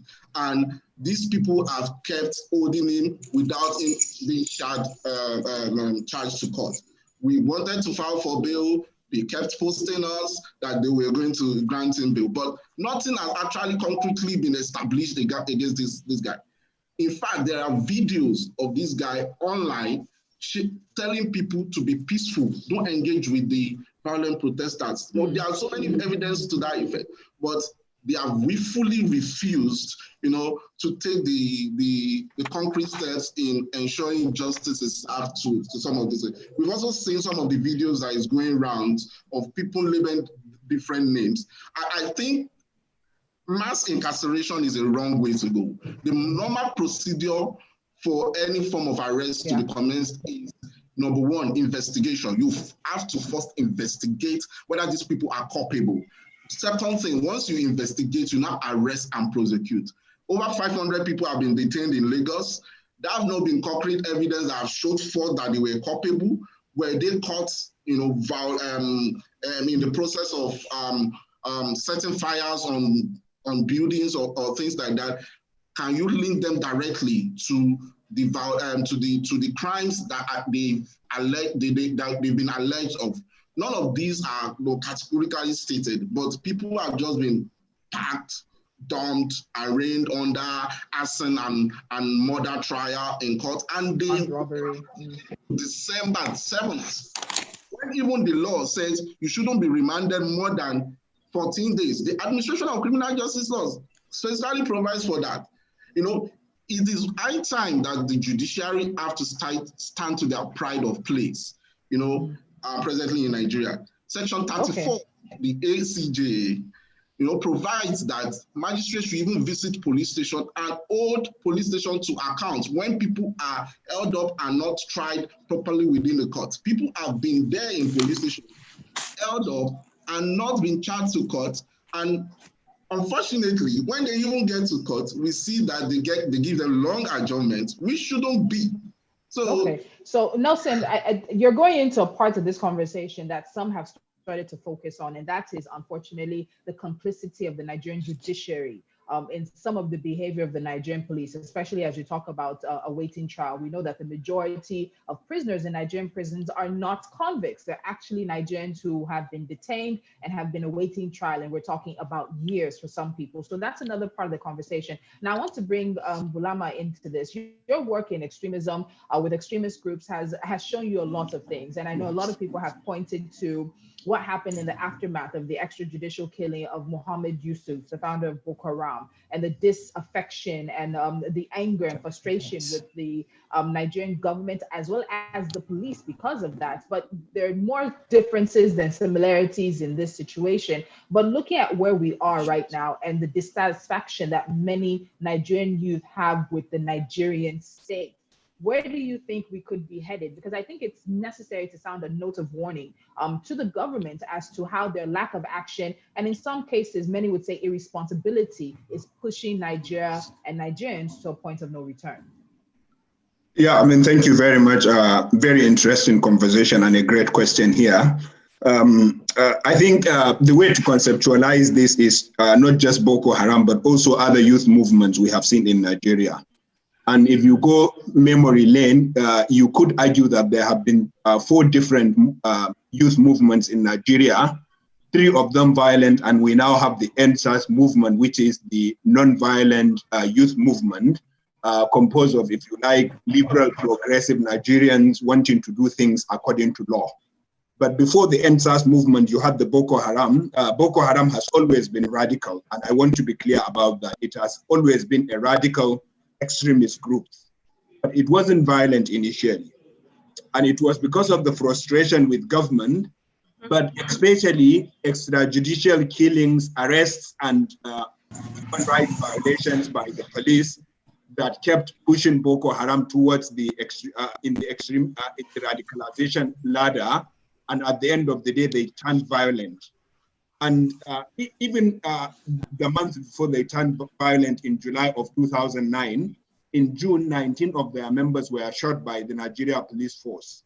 And that was the turning point for them. That was when their leader delivered the address that became their declaration of war. And then ultimately they attacked police stations and the war started. But Boko Haram is one. For me, the dynamic going on in the Northwest is also another youth movement, because the bandits, the criminal gangs, the armed robbers we're talking about are all youth. And I think Paz was right when he was talking about hoodlums, but it's not only hoodlums. The criminals in the Northwest, most of whom are young people, also is another form of youth movement, but it's a violent youth movement that are frustrated with the Nigerian situation. Some of them aren't criminals initially, but they became frustrated with the justice system because their own families were killed by vigilantes and all that in allegations of crimes. And so they started this movement and see what it has turned into in the Northwest. And the final movement I would mention is the IPOP guys, which is another youth movement that was peaceful. It has started becoming violent, we know. And it's because of the frustration. And now we have the ENDSARS movement. Now, the point is that, as many speakers have mentioned, the ENDSARS movement is beyond just police brutality. Police brutality is what triggered us this time around, but this is an outcry against the injustices, violations, the socio-economic pains in the country, and we have got to move on. Now, the next point I want to make is around the issue of judicial commissions of inquiry. Because for me, states forming judicial commission of inquiry is a deliberate attempt to fragment the process so that we cannot track it. You now would be tracking 37 different judicial commissions of inquiry, 36 states, and then the federal capital. What I think should have happened should be a should be a single judicial commission of inquiry set up by the federal government. But the presidency argues that it is incidents taking place in states, and therefore it is states that have jurisdiction. You don't just look at the incidents. The police is federally appointed, they are federally controlled and disciplined, and the violations are against police officers. Number 2, they are human rights allegations, human rights violation allegations. And now, if there are human rights violations, they are violations against the federal Constitution. And therefore, it is the federal government. If you can't do it at the presidency, the National Human Rights Commission is there. Yeah. You set it up under the National Human Rights Commission. It will be easier for us to track. It will be easier for the media to track. It will be easier for the international community to track. But they don't want us to track. They want this momentum to fade, and that's why they said states. And so some states have now formed, some haven't. We only hear about Lagos. All the news we hear about the Judicial Commission of Inquiry, even in the states that have been formed, only Lagos is being had in the news. Why? Because we cannot track 37 different processes going on at the same time. I think we should demand the federal government set up a judicial commission of inquiry that is based in Abuja. If you tell us it's unconstitutional, why was the Oputa panel set up? Why? Where did they get the legal authority? Now, finally, very quickly. Yeah, I wanted to make this final point about the Zaria Judicial Commission of Inquiry against the massacre on the massacre in Zaria. Now, 90% of the recommendations of the Judicial Commission of Inquiry were to the federal government, but the commission itself was set up by the Kaduna state government. And because it was by the state, the military refused to cooperate. The 347 dead bodies that were found were only found because the committee pressed on, and not because the rest of the evidence the military provided. They refused to cooperate with the military because it was set up by the state. I think we need a federal judicial commission of inquiry, not the state. Okay, thank you very much. And there are some questions in regards to what happens with the state's investigative judicial panels, and we'll get into that. If you have questions as well, the Q&A is available for you, so please note your questions there, and we'll try to get to them as much as we can. Adam, I'm coming to you now, and you started the call for ENDSARS in Kano, and from this coming down to also looking at the issue of governance, accountability, and transparency, do you think that Nigerians can trust that government will follow through and do the right thing? Because I heard Choma say it, I heard Nelson say it, and now I've heard Blama say it as well. There's very much obviously a trust deficit between the Nigerian government, be it state or federal, and the Nigerian citizen. And right now, many Nigerians do not trust that there's sincerity behind this and that this is going to be as effective as it should be. What are your thoughts on this? Yes, there is mistrust between the citizens of Nigeria. Well, because we have seen several things in Kano State. So till now, the Kano State, the government of State still made any comment about the ENDSARS process or condemning it because it is not about it. Yes, there are some protesters that were arrested in Kano last week. On when we held our first protest in Kano, it was a peacefully. We met our protest. We went to the international airport. We do our protest peacefully. But when we came for the second day, the hoodlums take the advantage and destroy our protest. So we all believe that all the hoodlums that were deployed to destroy the protesters were agents of the government, because the hoodlums came in mass, came in mass to destroy the protesters. Till now, there are some protesters that are actually in Kano State. Yes, we have a legal team who went to the Kano State headquarters to seek for the release of our protesters, but because of some political reasons, because of some political reasons, the Kano State said the order to arrest the protesters came from the above. So we don't know who gave them the order to arrest the protesters. When the legal team went to seek for their release, the police say they cannot do anything because they received the order from the above, which is from the politician. We all know the order came from the politicians. Even now, the legal team is trying their best to see all the protesters, but till now, the protesters are still in police custody. So what I'm trying to say is that the Kano State government is it just keeps silent about the issue of protesters in Kano State, because we have seen nothing from them, not yet to condemn what happened in Kano. We have seen destruction of cars.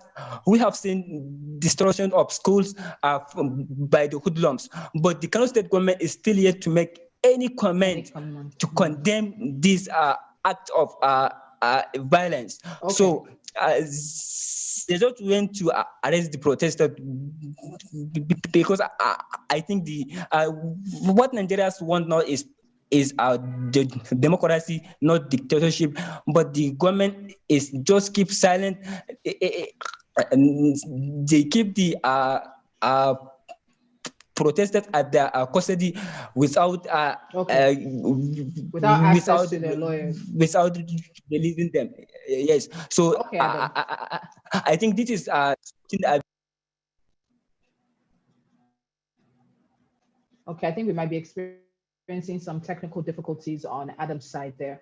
So I want to talk about another central point, which is that point about compensation. But before that, let me just give you more details. Now, as of October 17th, that's about 2 weeks ago, when it was announced that states would be responsible for setting up judicial panels. Right now, we know that Lagos, Ebonyi, Osun, Edo, Bayelsa, Kaduna, Delta, Ekiti, Benue have set up at least 9 states. 9 states out of 36 states plus the Federal Capital Territory.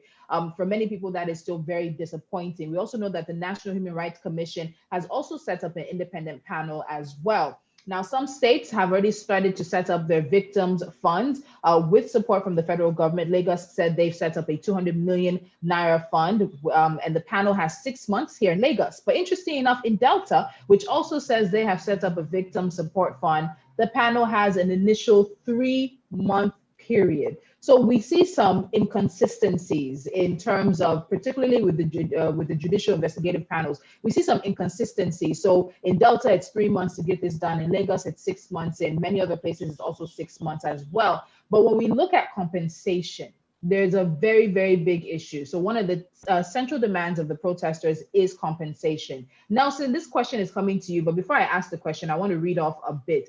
The Nigerian police force has lost many, many lawsuits against it for violations of human rights. And let me just give you a few. In 2016, Mr. Agu, who we know was before the Lagos State Judicial Panel, was awarded 10 million naira in damages. He has not been paid. The family of Owunari Douglas was awarded 100 million naira in 2019 for his death at the hands of police, not paid. 15 million naira to families of 3 IMN members. That was awarded earlier this year, 2020. Also 2020, Brothers Across Nigeria was awarded 3 million naira. In 2012, this is a story that's really hot on social media right now. Hajia Fatai Ali was awarded 12 million naira against the Nigerian police. 8 years later, it has not been paid. And in 2012, Sikiru Alade, who had spent 9 years in detention awaiting trial, took his case all the way to ECWAS, was awarded 2.7 million naira, and as now has still not been paid. So Nelson, this question is about compensation. If we have this antecedents, and we can see these stories and families and individuals who have taken the police to court, have demanded and won lawsuits on compensation, but they have yet to be paid. What's the belief that the Nigerian government will go ahead and make sure that the number 2 demand of protesters is actually taken care of? Okay, so thank you. So there is a law so it's very funny. When the court decides that the police or any federal establishment is liable, that means that you have to still send the judgment to the Attorney General of the Federation for him to sign off. So if this is how it works. So if the court decides that the police are to pay you a 10 million naira sum as compensation, then after that has been established in court, you will now have to send a copy of that judgment seeking the approval of the Attorney General. Now, who does the Attorney General work for? He works for the federal government, the same federal government that runs the police. That means that is a no. The system is rigged against you as a victim, of any form of human rights violation. So the Attorney General would not sign off the payment of that sum. So even if you go to court, you are a strong person, I violated my rights, I go to court after a long protracted years of legal battle, at the end, the judgment sum will not be paid because you need the Attorney General to sign off on that judgment sum. And that's one of the conversations we need to have, because if the court has decided that so amount should be paid, then why do you need the Attorney General, for God's sake, to sign off and for that money to be paid? Now, in this area of judicial panel of inquiry, I think the system is a little bit different. Now, the judicial panel of inquiry is to recommend the sum of money. So the government has supposedly, keep the money somewhere, and they are now to determine the amount that will go from that sum go to victims. So that one, since it's coming from the government, it has the political will already, then the Attorney General naturally will fall in line. But in a case where you've taken the whole bill, the legal bills on yourself, you've taken the courage to even go ahead and sue the police officers, then you have the situation where you technically are in a rigged situation. Yeah. Okay, so Chioma, let me now ask you, so he's explained that a bit more in terms of the judicial panels have a bit more power to make sure that settlements and compensation are paid. But what happens if we get to the end of the timeline for these panels, be them across the states, and we don't see results and we don't see compensation? What happens then for the movement? What should the next step be for the movement? Because compensation is such a central part to this. We want people to be able to say that at least to some point, government at state or federal level recognizes that they must be compensated for either for the torture, for the extortion, for the murder and loss of family members. But what happens if we come to the end of this timeline and no results come from the panels of inquiry and no compensation as well? What does the movement do? Thank you very much. I think that we have a few tools at our disposal to be able to push for the answers that we're looking for. And I think to just help drive that home, the first thing, just like the mantra of this entire conversation, it's a marathon, it's not a sprint. If you look at Enough is Enough Nigeria and the Open NAS movement, they pushed for 7 years before we ever found out what the National Assembly was taking home. If you look at the Not Too Young to Run movement, the Not Too Young to Run movement is not the 2016 to 2018 success that people think it was. It was actually a 10-year movement. So I think we should already ourselves, just listening to Nelson, this is a long haul, marathon type of thing. Mm-hmm. However, there are a few things that we can do. And the first is to rely on the foundations that we've already built, right, which are yielding fruit. The first of them is, if you look at Governor Jide Sanwo-Olu's interview, when he first said, nobody died, et cetera, he then went on CNN. And because there was no NBC to clamp down on the voice of, the lady interviewing him, she was able to press him for the answers that she needed, right? On coming under international fire or coming under the fire from people that they want to be validated by, Nigerians will act, right? Or Nigerian people in government will act. Even before we get there, if we look at the elections, and I think I keep on underscoring the coming elections because there's so much power within that. 2019, we had 42.9 million young people registered to vote.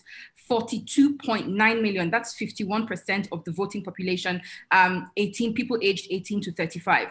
We all know that, the National Assembly has become the retirement home for politicians. So who is the governor in your state? Right? What does he do about the judicial panel? Do people get compensated? Is his time over? Is he running for a second term? For instance, I would be ashamed of Lagos State if a good number of people come back into office in Lagos following all that's happened because young people don't come out to vote and protect their votes. So what are the tools that we have as young people? One of my favorite scriptures is Paul planted, Apollos watered, God gave victory, right? So we have Legal Aid Network, which is now offering free services to people who are laying petitions everywhere. How can we support them? We have the media. What are our strategies to ensure that the focus is not only on Lagos? And that's an excellent thing that Bulama said, because it almost sounds like it's only people in Lagos State who died. But people died in Akure, people died in Abuja. Anthony was stabbed so many times on a Friday. He died on Saturday. He's since been buried. He was 28, 20. He was under 30, right? How do we ensure that the focus remains on these states? And this is where we all come together, like as a collective.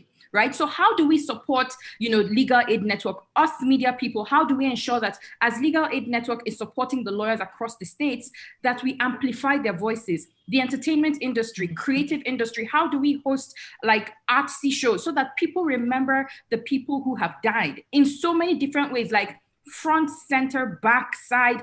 This is the only thing government is hearing till 2023 because it is the only way that they act. The other thing is, how do we continue to keep pressure on the politicians? We've seen some really beautiful things on social media recently with, people like Desmond Elliott, Mama Aduwo, who is the one, joined the list of party pack hoarders in the name of, sharing palliatives. How do we ensure that those types of people continue being called out, that everywhere they turn, they are showed up for the criminals that they are? How do we ensure that legislators keep coming back to apologize? Right? How do we ensure that since they don't want to hear word, right, in peace, we will show them up for who they are? How do we use, the instruments of things like visa bans? How do we find out about stuff like that, visa bans, sanctions, assets being frozen? Because these are the things that politicians fear. If you look at the picture of the people in Jos, right, when the looting was happening, imagine if that number came out to vote. If we're talking about like instilling the fear of God into the hearts of politicians, imagine if that number came out to vote. Look at the photograph from Lagos. Look at the photographs from Abuja. Imagine if all those people came out to vote. These are the types of things that we should be thinking about. We should also be very clear. I know that the current, recall process is incredibly tough. As a matter of fact, like Nelson said, it is rigged against us. So I think we should focus on what are things that we know that we can win. Right? How do we convince those people who were looting in Jos, in Abuja, in Lagos, everywhere? How do we convince them that in a language that they understand? So it's not this English that we're speaking here. How do we convince them in the language that they understand that this thing is for us, is for them? As a matter of fact, there's no us and them, it's all of us. Right?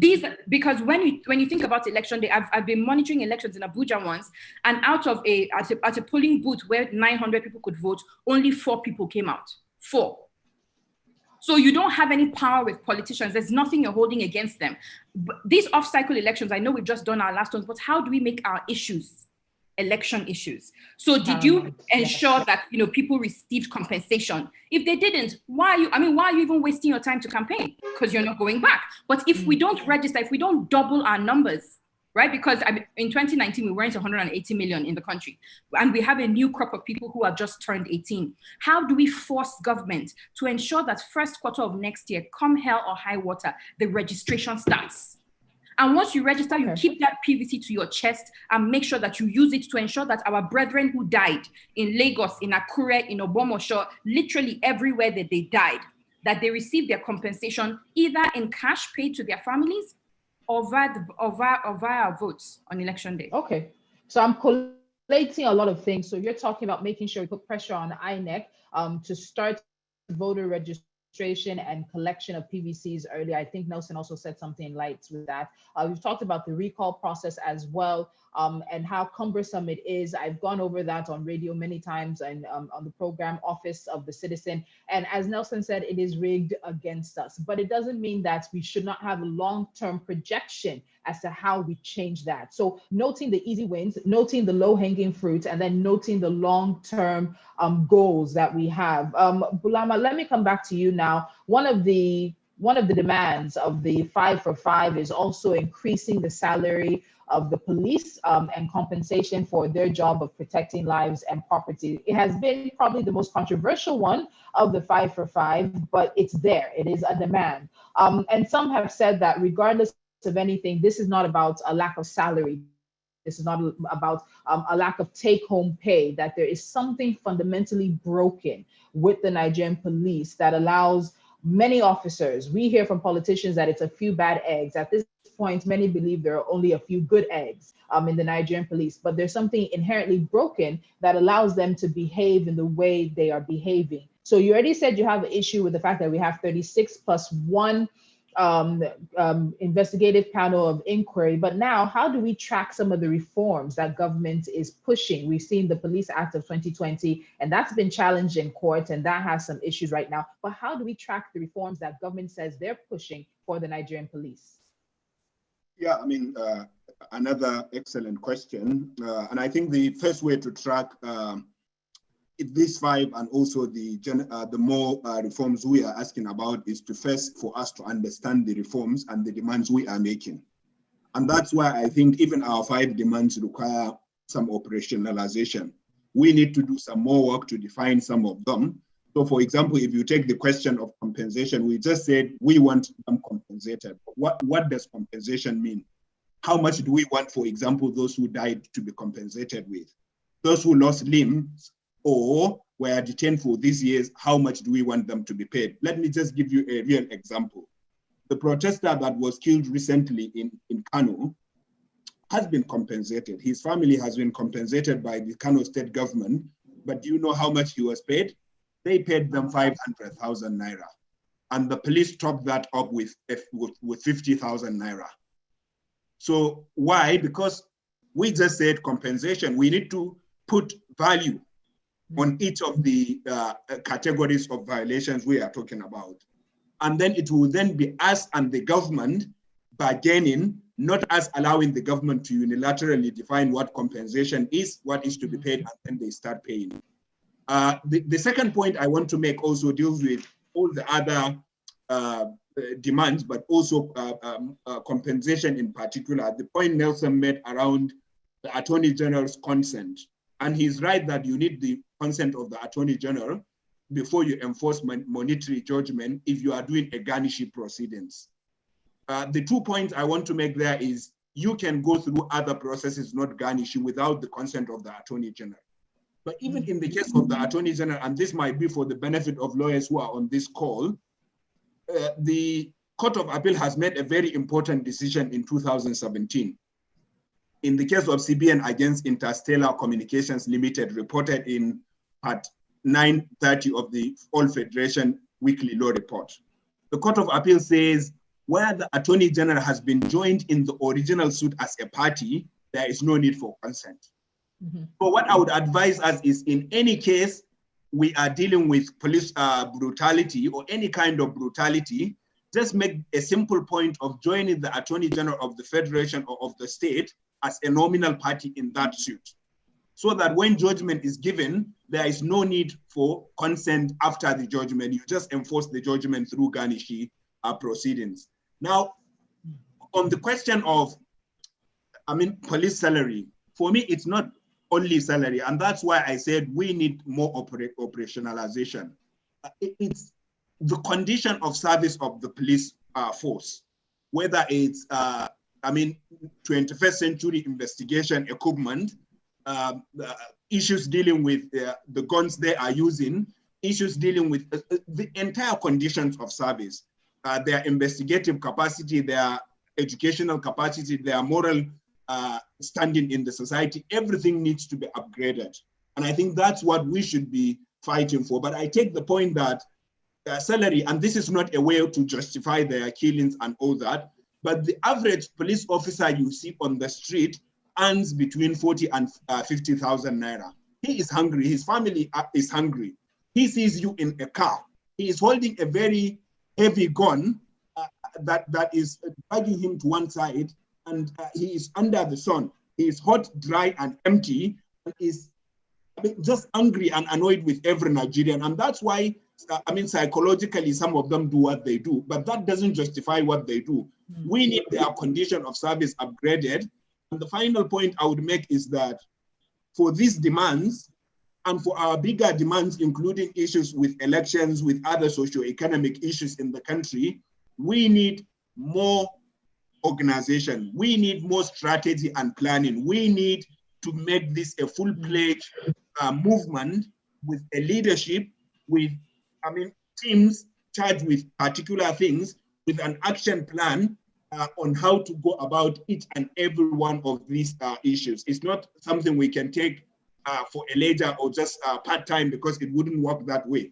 Politicians are working like devils to continue to deceive us, to continue to remain in the seat of power. They hold meetings for 7 consecutive days without resting because they are scheming to stay in power. And it is them we want to defeat. We can't defeat them in working part-time. We can't defeat them working disjointedly. We have to organize, plan, strategize, advocate and engage with the media, with the international community for these demands. For example, we need to have a team that will engage with the embassies in Nigeria, the United States Embassy, United Kingdom, European Union delegation to Nigeria, ask them for a meeting, a Zoom meeting, discuss with them, these are our demands. You have promised that you are going to stand with us. This is where the government has gone. We want you to speak to the government. And they listen to them because there is an implication there. Okay. Thank you so much. We have to get to questions now. There are lots of questions and I'm going to try to get to them as much as we can. I'm trying to go through them. And I think one thing is very important, and that was a point I have taken away from what Mr. Atedo Peterside said, and something I've also said on radio before. They are literally just about 2%. And it feels like just about 2% of Nigerians are holding millions of other Nigerians ransom. There has to be strategy that we put into place to be able to make the country what we want it to be. All right, so let me get into the questions. Okay, let's answer this one here, and it has disappeared on me. This one comes from Kalechi, and it says, what is the plan for hoodlum enlightenment and education, in quotations? While I commend what's going on, those guys are not on Zoom. What's the strategy? These guys are still available for use by politicians. What can be done to start to change that narrative? Chioma, I'll let you answer that question. First of all, I'm very quickly, because we keep hearing the police is not earning enough, right? Bulama, this is not to tackle you or anything, but I believe that there are certain professions that should be above reproach, right? Chris Rock made a joke about saying, for instance, pilots, let's say they're not paid properly. Should they now say, oh, you know what? Most of our pilots like to land. However, we have a few bad apples. I keep repeating that the entire police force is rotten. We keep talking about a few rotten eggs. The poultry, that the chickens themselves now at this point are rotten. So, it's tough because up till 2 days ago, they were still beating people. And it's not just the police. If you look across, the entire spectrum, everybody holding some sort of weapon is beating someone. But to your question, Tolu, again, we put a lot of, you cannot outsource leadership to the people who have elected you to lead. That's the question that you're asking. Why is it my business, right? Why should it be my primary duty to educate a hoodlum? If we had taken care of the 13 point how many million of people who are not in school, we won't raise hoodlums, right? If we had shown young Nigerians that there are consequences for stealing. I mean, we saw on video a sitting governor collecting money, stuffing a cap. He's still in office. The journalist, on the other hand, has had to flee. What does that tell a young Nigerian? That all you need to do is steal so much that you're beyond prosecution, right? So we have a national orientation agency with offices in the 774 local government areas, not just in the states, in every local government area. Why aren't they educating hoodlums? Why should it be me? And if I'm going to educate them, I want to educate them for my own purposes, which is to get them to vote out these people because they're not doing what they should be doing.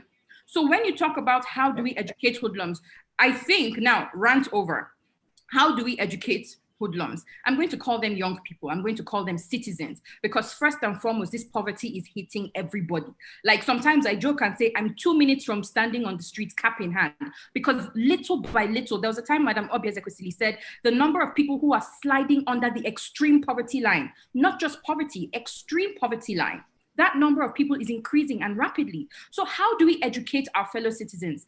A simple each one bring one or each one reach one kind of strategy. So every time we send money home, right? When you're sending money to the people in your village, send that money with a message. It's the same message. I mean, we've talked about this within the Not Young to Run strategy group as well. When you're sending money home, send that money with a message. When you're paying for someone's medical bill because we don't have a government that caters to our health, send that money or send that medical bill with a message, and continue to just reorientate your people one after the other, one after the other, one after the other. Musicians in our music, right? In our creativity, our art, every single thing, our cartoons, we must see ourselves in some sort of like, we're fighting. This is like battle, we're fighting. And we're not just fighting for the country. I dare say we're fighting for our lives, right? Because the bullets don't check what region. They don't check what, what ethnicity. They don't check what religion. They don't check what party. I dare say some people who died belonged to political parties. Some of them might have even rigged on behalf of politicians. But when the bullets came, they didn't check whose side are you on. So we're literally telling people there should be like a sense of urgency, a sense of urgency for people who it's like, kill or be killed. And we should take that urgency in educating the people around us. The same way we're working against sexual and gender-based violence. Shut down all these funny jokes about, I just touch them. No. That urgency must be seen in everything that we're doing. And you can't come to equity if your hands are not clean. So in your own dealings, that 5 naira that you want to give out or that 5 naira you want to collect, do you really need to take it? Or does that corrupt your gospel when you now want to preach to the person about the model citizen that they should be? Okay. I want to take this comment. It's from John. And he said, a suggestion just to add to what Bulama said, we should ask for one judicial panel at the federal level. The state has no jurisdiction when it comes to holding our law enforcement agencies to account. The MPF and NA are controlled by the center. What has been committed are federal crimes, and we should join together to ask the FG to set up a federal judicial panel, a public panel. There are a few other line of items that will go with this, but most especially the FG will be forced to do a live broadcast of the panel. Local media and others will cover it as well. What is playing out now is the FG trying to lowball its citizens, and we must not let that happen. So Nelson, I'll ask as a follow-up to that, if we're seeing more and more people sort of doubting the efficiency of the judicial panels at the state level, what pressure then can we put on federal government to have one panel, most likely under the National Human Rights Commission, that is then able to spread its tentacles to all of the states? Yeah, thank you once again, Tolu. But before I quickly go to your question, I would like to clarify something. In enforcing judgment of the court, you have to be very careful. Now, like Bulama said, there are multiple methods for enforcing judgments of the court. You have 5A. But would you go into the police station to go and 5A police equipment? Now, when you talk about 5A, means that you would take their properties and sell. And, all those methods are very, almost impossible. The decision you mentioned, you would need CBN to also sign up on it. So I'm only trying to highlight the difficulties that are there in enforcing some of these government court judgments. Not necessarily that you may not have a way out, but it's more or less like the system is rigged, because number one, you can't enforce by selling police properties, or CBN would disburse the money for you because they're all controlled by government. So all the system is rigged. We need a simpler system to enforce laws for citizens. And now going directly to that question, I believe that everyone here today should, after this conversation, pick their phones and send messages to their representatives asking for the federal government to set up panel of inquiry. Now, if you need the numbers of your representative, go to shineyoureye.org. It's an EIA platform. So go to shineyoureye.org and pick the numbers of your representatives, including numbers of governors and other relevant persons. Send messages to them. Ask them that you need a federal panel of inquiry. Now, the NHRC has one, but the debate that has been around NHRC is whether or not they can constitute a panel of inquiry without a governing board. Now, there has been a debate for and against. However, regardless of that debate, there should be a governing board for National Human Rights Commission if we are very serious with human rights violations in Nigeria. National Human Rights Commission should have its pride of place. When you hear National Human Rights Commission, an average police officer who is in violation of the law should run into the bush.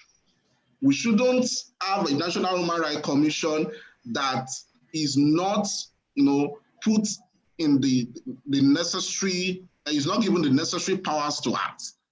When the National Human Rights Commission should be able to call the head of the military and ask him questions, and he will respond immediately.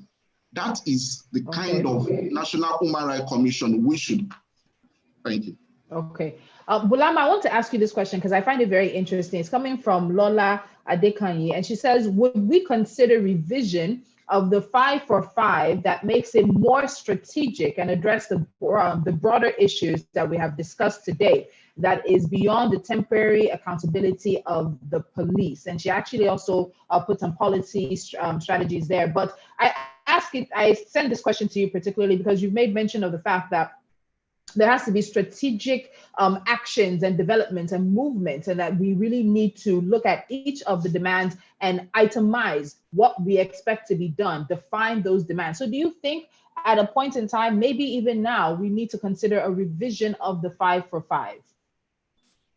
Yeah, I think so, but I wouldn't call it a revision. I would call it a definition, because if you are revising, then it will be like you are shifting the goal post. That's what the government would argue. But if you are explaining it, you are defining what you meant by this point, that point, I think that will make sense, and it wouldn't look like changing the rules in the middle of the game. And I think for all the demands, but also for our broader demands, we need both teams to work on both the short-term and the medium and long-term objectives and indicators, and also have a team that will track each of these demands so that we know we are making progress where we are making and tweak where we are not making. To the question around the Federal Commission of Inquiry, I think Nelson's suggestions around sending the members of the National Assembly text message is a great one. I think another more effective way, I believe it would be more effective, is for us to have a team that will engage with diplomats in Nigeria, that will ask for a call with the UK, with the US and other embassies in Nigeria. And these embassies fund the Nigerian government, they fund the Nigerian police force. And the government listens to them, not only because of visa ban, but because of the financial inducement there. And they are more easier to reach. They easily understand these issues, and I'm sure they would support us in getting where we want to get to. And a federal judicial commission of inquiry doesn't have to be from the from the president, because the National Assembly has powers to investigate or to probe matters in which it has powers to make laws. And we know that the violations we are talking about are matters within the powers of the National Assembly. And so if the federal government, if the presidency doesn't want to do it, we can demand the National Assembly to institute a transparent public judicial commission, public inquiry. It may not be judicial, that will listen to these matters and attend to some of the demands. And finally, okay, Nelson, I am not saying it's easy to enforce any judgment against police officers. I have several judgments I am yet to enforce against police officers. I am just saying there are other innovative ways, not only including the Attorney General in the suit, but for example, you can name the specific, the officers involved in the abuse. I mean, you can name them as parties, and you can enforce the judgment. You can garnish their account because it's a private account. They may also retire, and you can sell off their house. If you are talking about PIFE, if you want to attach, you can attach the particular police officer's house. So it's a broken system, I agree. It is rigged against us, but we have to, we have to find innovative ways of ensuring that justice is done. Okay, so finally, Adam, my question is to you now. While a lot of focus has been on Lagos and the protest here has stopped, throughout the week, people have continued to shine attention on the fact that Nigerians in diaspora have continued to protest in their cities. It's happened in Toronto, happened in places around Europe, happened in South Africa as well. We know that even in Nigeria, it has continued. The protests did continue this past week in other cities, while the majority of the attention has been on Lagos. But beyond these conversations now, what is the next thing for those in Kano? What is the next step? Kano is one of the states that is yet to set up a judicial panel of inquiry. And as you said, the governor has made no comment, but what is next for you guys in Kano?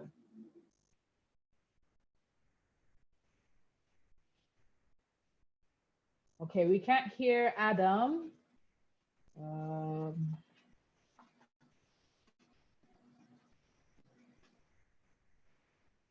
Okay, unfortunately, having some issues with Adam's audio, we can't hear him. Okay, there you go. Yes, please go ahead quickly. Yes, what we are doing now is we're engaging with some youth who participate in the protest because we want our protester beliefs. And what next for us in Kano here is we are going to continue sensitizations with our 5 demand, because we know it is the only way that the issue of police brutality will come to the end. In Kano State, we are going to continue through social media and other things to continue sensitize people to know what 545 demand is all about.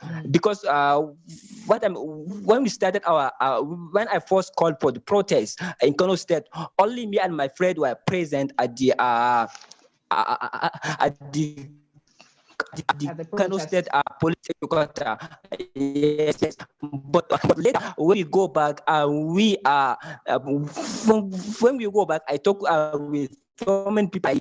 I give them the reason why we should hold this protest. Over 500 people came to the street and protest on Monday before the hoodlums came and hijacked our protest. But what I'm saying is this. Of orientation and to be we need to take the issue of sensitization very serious, because I know when we have when we take it very serious, it will help us all these issues to be resolved by the government, because it is not the only police need reform. All the security agencies, including military and other, need serious reform, because we have seen several human rights violations by the military and other forces. I think we should expect the other forces all these Nigerian forces need to be seriously reformed. Yes. All right. Thank you very much, Adam. And like things were that. Thank you, because time is not with us, and I have to hand back to Ebuka. But I see so many comments coming in. Chioma, your comment on each one reach one has really gotten somebody who even came in late and said that they're taking that away in terms of the conversation. So I want to say a very big thank you to my panelists, Nelson, Chioma, Adam, and Bulama. Thank you so much as we talked about the modalities and the tracking of the 5 for 5. It's really important that all of us go away with the same information. I know somebody asked about Shine Your Eye. So the websites that you can go to find contact information for your National Assembly member is shineyoureye.org. Share that information, compose a message that you want to send to them, specifically detailing what it's about. Let's not be vague. Let's be very, very straightforward. Let's be very detailed in what the demands we are asking. There is also a court case that would be filed with me versus IBB, which says that the federal government cannot set up a federal government panel. And as Nelson mentioned as well, we know that the National Human Rights Commission does not right now have a governing council or governing board. And that really is very important, not just in the ENDSARS conversation, but even in human rights violations as they happen across the country. So also that needs to be set up. You can follow at EIE Nigeria. They are trying as much as possible to keep up to date with the states that have set up panels of inquiry as well. A bit more information on that. Lagos has also included the investigation of the Lekki shooting in the terms of reference of the panel here in Lagos. Kogi State inaugurated a 10-man human rights special intervention group to help respond to the legal needs of victims of human rights abuses to enable them to access justice. And for the FCT, it won't be a separate panel being set up. They're assigned to the federal government's National Human Rights Commission panel. So we're looking at 36 panels as it may be, with the +1 being the National Human Rights Commission panel. This is the beginning of the conversation. I think it's really necessary that we all remember that this is not a sprint. As Chioma said earlier, this is a marathon. There will be more engagements, more conversations, and drilling down of what the demands are. So thank you very much for tuning in for this. There's a lot more coming up. I'm going to hand it back to Ebuka. And this is, of course, We Move.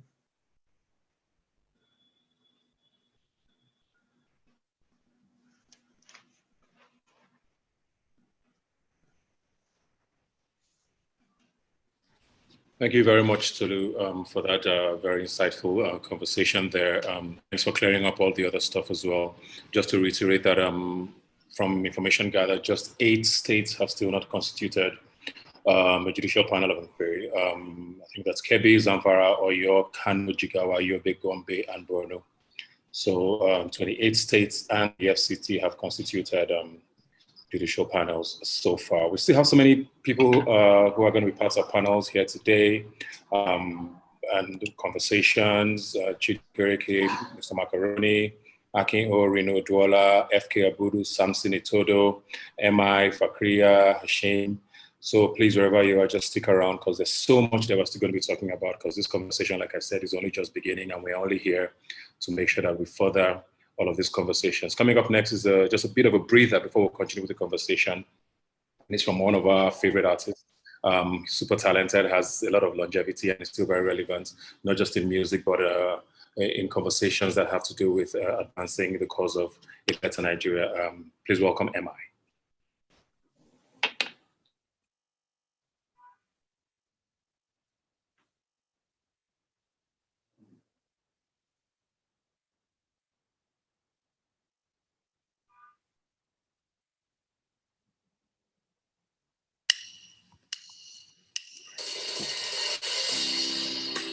You know, I've been thinking a lot recently about what it means to give your life for your country.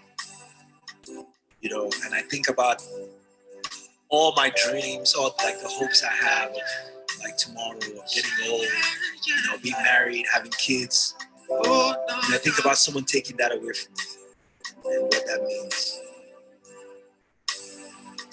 As we reflect on, you know, and remember those that have gone, those that have passed, you know, how we can honor them is to let their ashes sing out through us, and to sign up every day for the rest of our lives to never give up, to never stop speaking truth, never stop speaking truth to power, never stop standing up for what is right.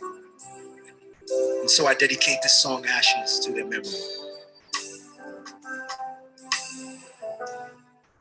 Yeah, yeah. Instead it be them, let it be me, since I would die inevitably. Then let it be that it be said when I am dead. Some other was free, some other was fed, some other not me was able to see that long as we live inside of a country where no one is safe, no one is safe. We only evade, try to escape the imminent doom. Sooner the date looms, it comes for all. If we must go, then at least when we fall, when we're all ashes. If I am slain, let them forever remember my name. Some others should gain. When we're all ashes. Because of my pain, because of my tears, because of my scars, some others should gain. When we're all ashes. The reason I'm gone, let it be told and let it be known and turned into song. When we're all ashes. If I die alone, let it be more than dying alone. The reason I'm gone, the reason I'm gone, yeah. Yeah. Instead it be sleep, let it be hate, let it degrade, let it be deep. Some others should weep, some others should keep the memory of the way that I died. Then maybe it changed, some other can try. At least we can lie, at least we can say tomorrow is better. It won't be today, some other can pray, some other can fight the wrong done to me, some other can right. Yeah, maybe my death can save some other life, for then I would gladly give another life. Let it be worth, let it be so, some other could live, then let it be birth. When we're all ashes. As I am hurt, as I pass, let it be last, let it be first. When we're all ashes, don't let them forget. The only mistake is when we relent. We all should repent. When we're all ashes. If I die alone, let it be more than dying alone. The reason I'm gone. Rest in peace to every single person that we lost. We will never forget. We will always remember. We will not give up. We'll fight for your memory. Rest in peace.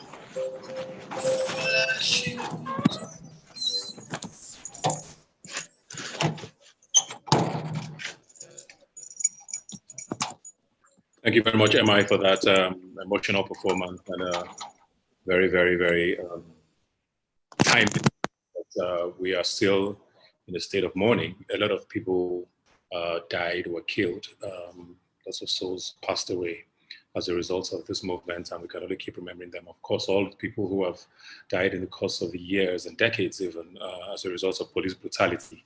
We hope they continue to rest in peace, and hopefully this fight continues, at least, if for nothing else, in memory of their struggle and what they stood for in passing away. We're going to move on quickly now to our next panel of discussion, and we're going to be talking about who will speak for us. One of the biggest talking points throughout the ENDSARS protests was the fact of leadership. You know, why is there no leader? Should we have a leader? Bring your leader and let's negotiate with them. And there were so many opinions as to whether a leaderless movement was a good idea. If appointing a leader, how does it work? And does the leader sell out? You know, so it's something that has been very, for want of a better word, controversial for a lot of people. Most people believe that's why the movement worked as much as it did. Some others believe that if they were leaders, maybe things would have worked better. We don't know. But this panel is probably going to help us understand that better, and the way forward is with regards to who will speak for Nigerians in situations like this, if there is even a need for someone to speak for us or for people to speak for us. So I'm going to be handing over now to the moderator of this panel, who's very capable, I believe, to do this. She's very passionate about Nigeria, very passionate about causes like this, and has been very vocal for about governance in this country. Please welcome Miriam Laushi. Thank you so much, Ebuka. I'm happy to be here, and this is a very important discussion. So the topic, the title of this session is Who Will Speak for Us? So we have panelists, and I'm just going to introduce them briefly so that everyone knows who exactly we're talking to, and who is sharing their opinion today. We have on our panel, in no particular order, Chidi Okereke, who is a writer and head of business at Devon Troy Copper, a digital media marketing and communications agency in Lagos. He is a fellow of the Council of the Cornell Alliance for Science Global Leadership Program and a Future Awards Africa Prize for New Media nominee. He has been listed as one of the most influential Nigerians on social media and uses his platforms to educate, entertain, inform, and advocate. Also, we have Mr. Macaroni, also known as Debo Adebayo, who is a Nigerian comedian, actor, content developer, social media influencer, and entrepreneur. We also have Akin O, who is interestingly a survivor of, the events that happened at Lekki Tollgate.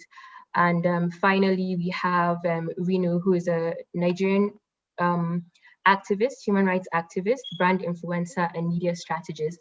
And unfortunately, we don't have Mr. Macaroni on with us, but we still have people who are capable. So therefore, we have Yemi from Enough is Enough, who will also be speaking on this panel with us today. So let's just get right into it. I'm going to direct my first question to Rinu.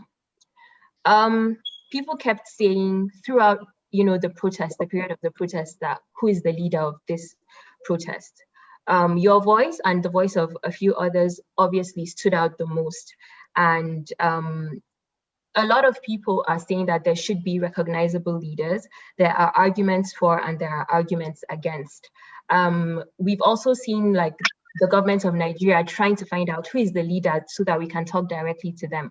So the first question is, why do you think they really want a leader so badly? And do you think it's something that should be done in the movement, that we should select people who will lead and speak on behalf of the movement?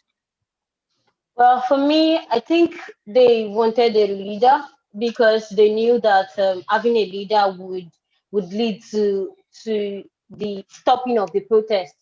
When you have someone that can say at some point in time that, oh, okay, everybody, the protest is over, so go back home. That person, would be the vital tool they need. They could threaten, they could kill, they could do whatever to that anybody that has that immeasurable sort of power to actually ask them to go back home. But at some point in time would actually need people. I wouldn't say one person. I would say so many people to take responsibility and be able to talk.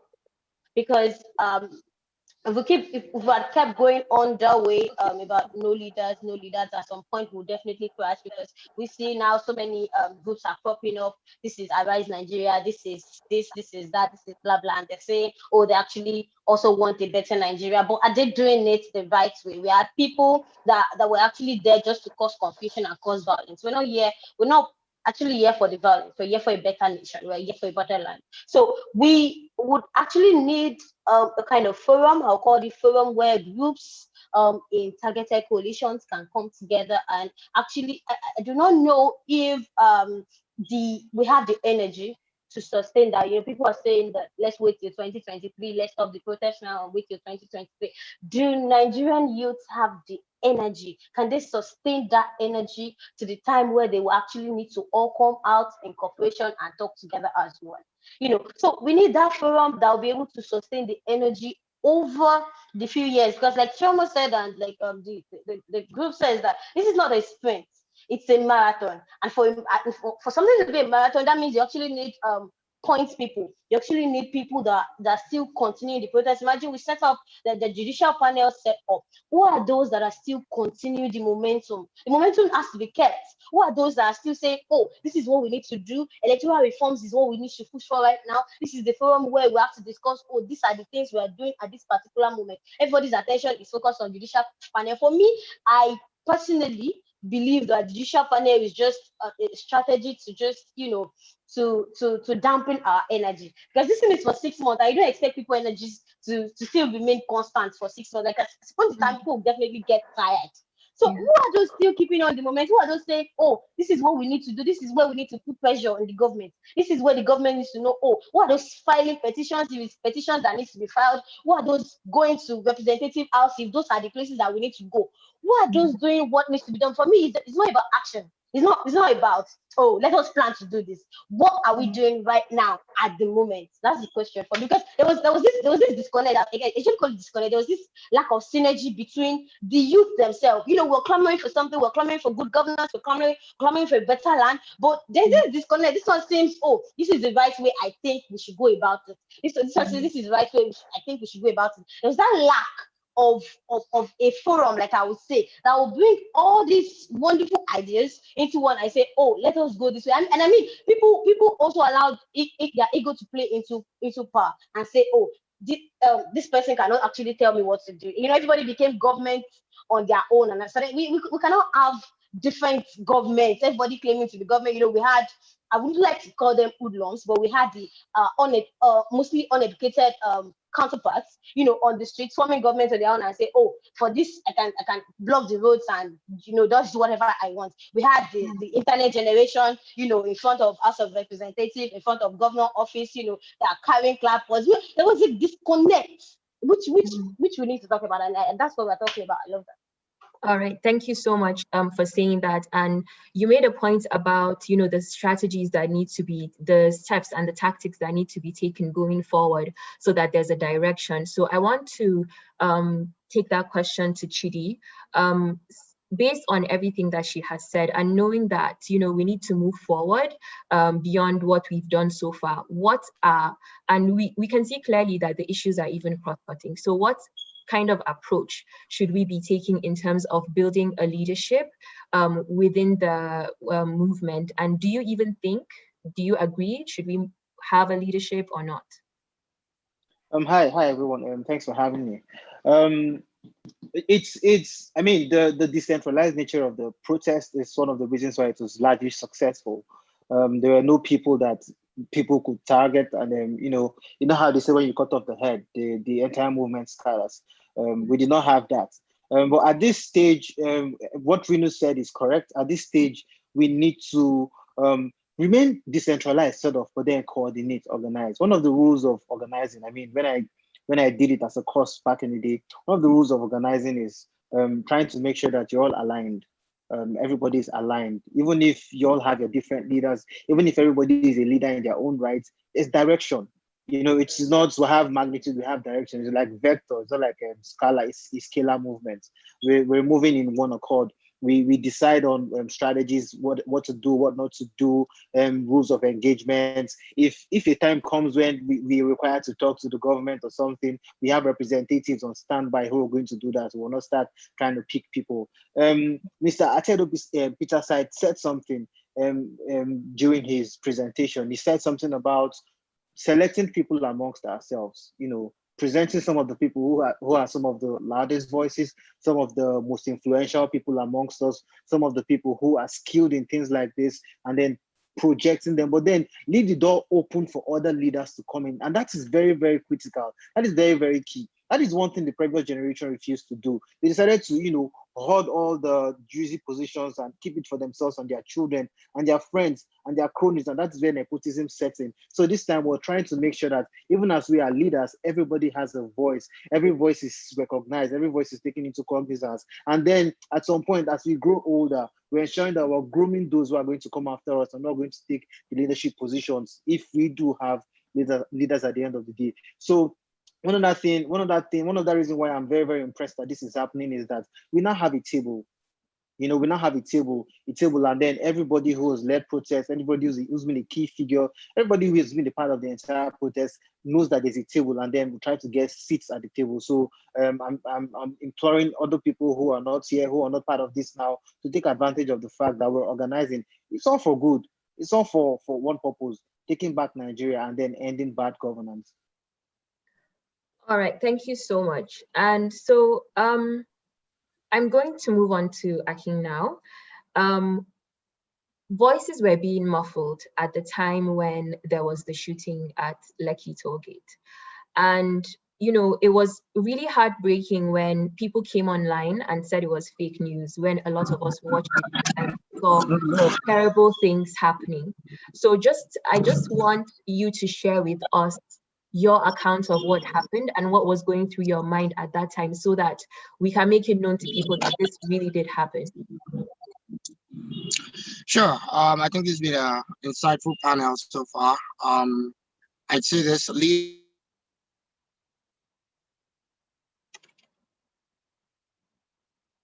crisis and periods of challenges. Akin at Tollgate. But let me come out of the closet. I am Akin, CEO, MD of House of Lunettes. A retail company I'm sure a couple of you might be familiar with. So I would say I'm not the typical person you'd have found to be an active volunteer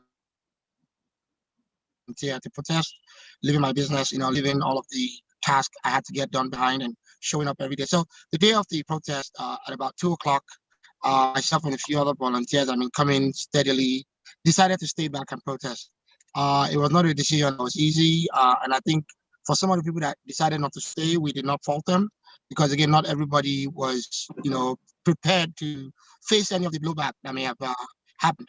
6:40 soldiers emerged on the toll grounds and the shooting started. I can tell you this: before the protest went into effect at about 4:00, we knew they had moved the protest, curfew to 9. And we did a lot of things. There were a lot of leaders that were born that day. I can tell you this: governor's office came and said, hey, we need 4 people that are part of the protest today to follow us to the governor's office. And I looked at everyone and said, hey, who's the leader here?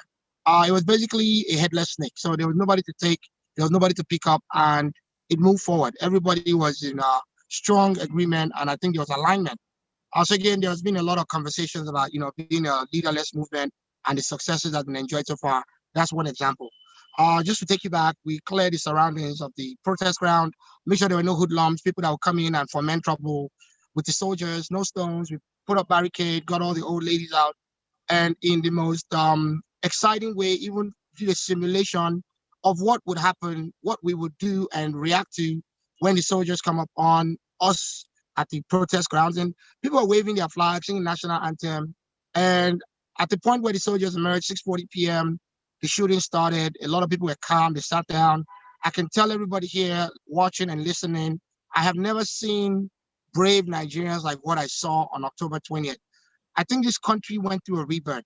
There are a lot of people in their hundreds. Let me tell you this, it was not 50 people, 40 people, it's over 600 people that stayed back to protest. And even when the shootings happened, people were falling, bleeding. A lot of people were waving their flags, refused to stand up. I think for a lot of people, they don't really understand that the shootings happened all the way till 2 a.m. in the morning. It did not stop when the IG Live went off at about 8, 9 o'clock. It continued. It was a massacre. It was a killing field. And for a lot of survivors that braved it, a lot of young women picking up injured men, rushing them to the hospitals, making sure wounds were treated. Even, I can tell you from some survivor accounts, some people were shot in the leg but still stood up and told the soldiers, keep shooting, you're going to get tired, you're going to run out of bullets. So I think there's a new Nigerian spirit that has been born. I think for a lot of us that grew up in the 80s and 90s, we saw how the Nadeko coalition came about, looking at, Asiwaju's article, forgetting that, again, this free speech, this right to protest was how they came about, even coming up with the Third Republic, which was the Constitution in 1999. So I think trying to deprive this generation of that opportunity was probably a misstep. I think for many of us on this call, the reason why we're sitting here at the table is to see that we can find alignment, find common interest, and find a way to chart a new way forward for Nigeria. I think this is a generation that's going to make Nigeria great. I'm very proud of what everyone has done. I didn't want to go into graphic details and number of dead and number of injured, but I think for the people that have fallen, for the ones that gave up their skin to really just see that we saw progress, I think for many of them, we need to honor their memory by making sure we keep fighting. Mm-hmm. Thank you. Yes, indeed. Thank you. So I'm going to ask, my next question is going to go to Yemi from Enough is Enough. And talking about, the civic space and how, social media was huge in terms of, what happened through the ENDSARS movement. But we are seeing a lot of people trying to bring up the discussion about the social media bill. And when we're speaking of who will speak for us, social media has been an amazing platform, Twitter especially, for Nigerians to spread their message and members of the movement to protest. We were calling ourselves online protesters. So what do you think about what happened on social media as, a platform for our voices and talks about, reviving the social media bill?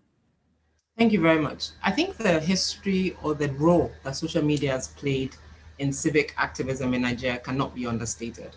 From the Enough is Enough protest in 2010 to a decade after, it still plays such a huge role.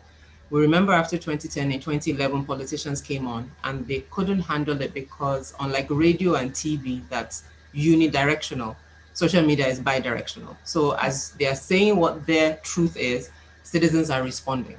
And we've seen it now with the ENDSARS protests. When local media refused to carry what was going on across the country, the voice was amplified on social media. And it then became very difficult for them to ignore it because not only were Nigerians speaking, but international influencers were also jumping up on what was going on, from Tyler Perry to Beyonce to football stars also were amplifying that voice. And so it became very difficult to ignore. CNN started carrying it, BBC started carrying it.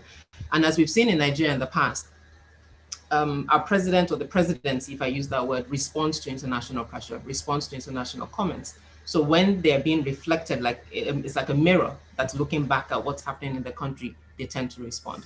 However, it's not without its challenges, because just as it's a critical tool for us to be heard and for, IG Live, imagine what would have happened at Lekki Tollgate if there was not Instagram Live to show people in real time what was happening.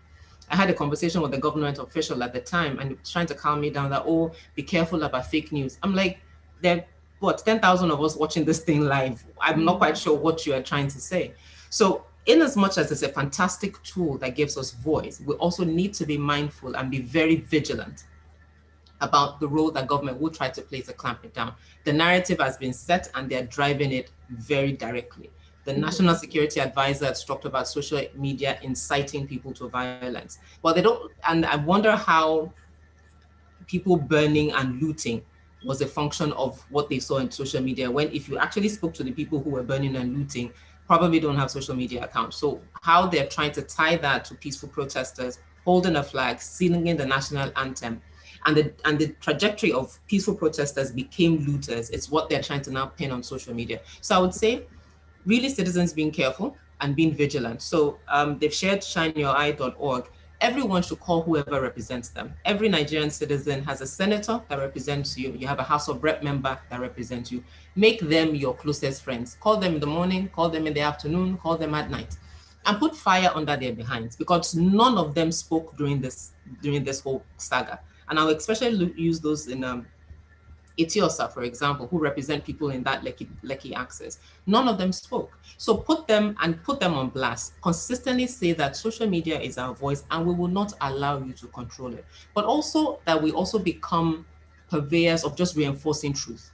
And we don't get sucked into this narrative of fake news, but we amplify what is true and we frame it as that.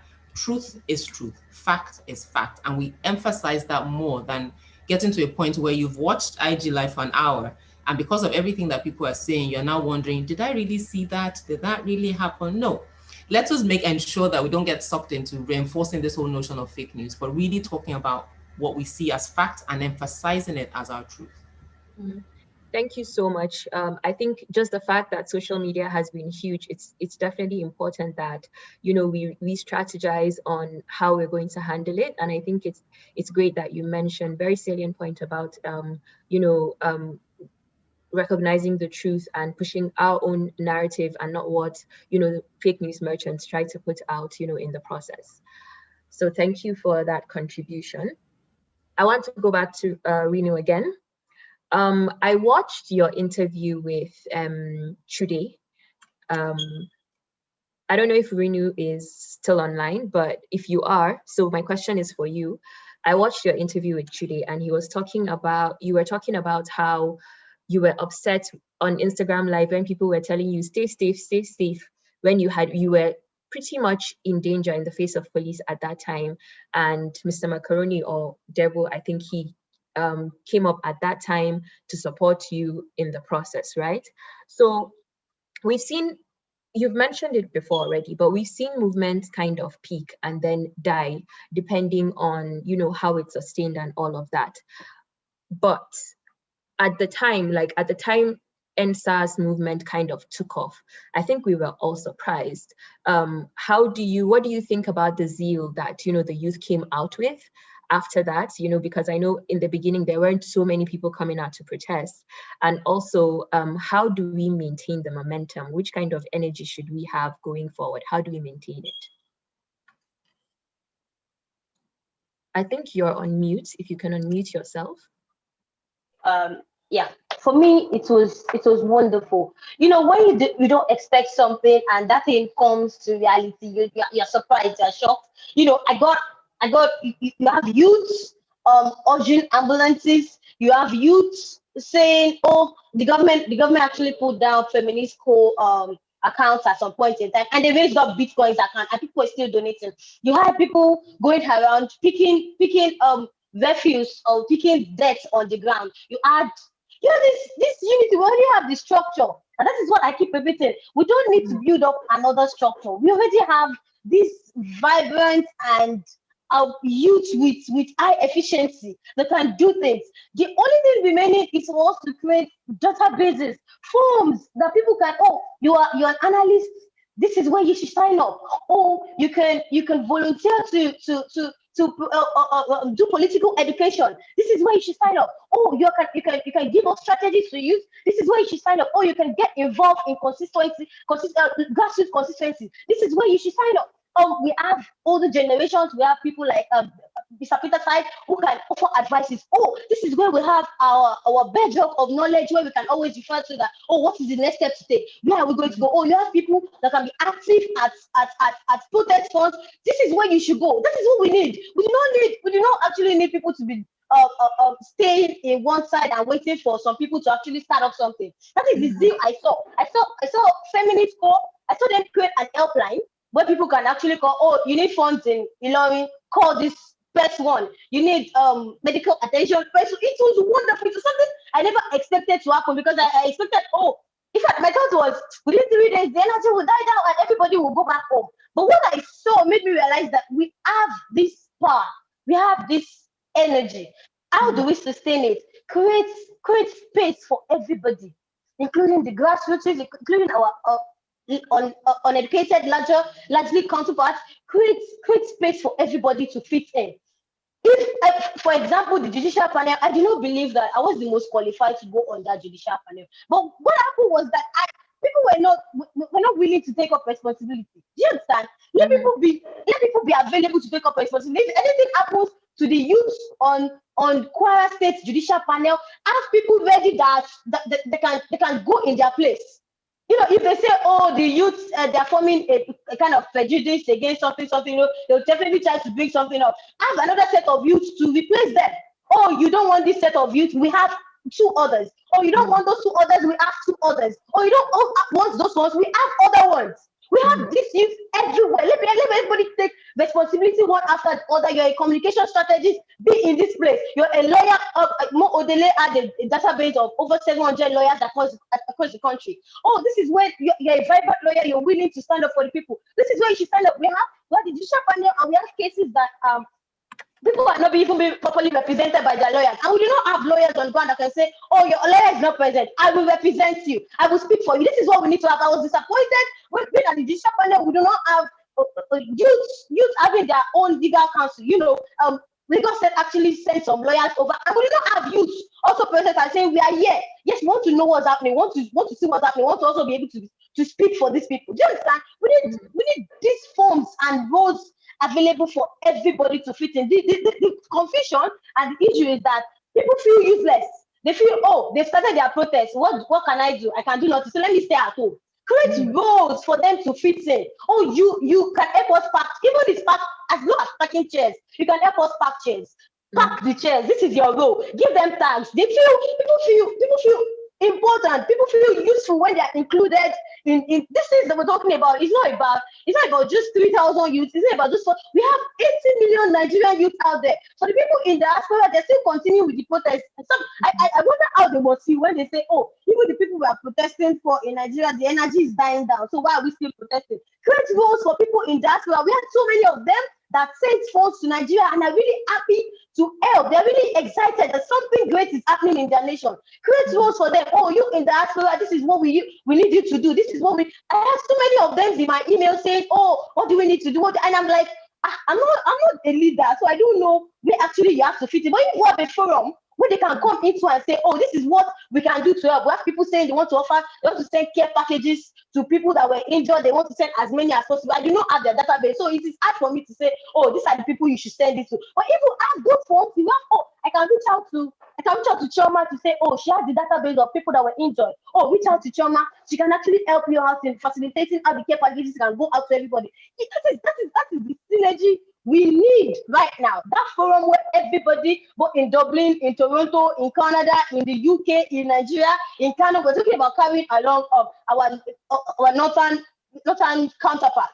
When they don't feel included in the move, they just stay at home. But when they know, oh, we actually in the north, we have a role to play. We in the east, we have a role to play. We actually have to educate our other ones to say, oh no, you can't block the road.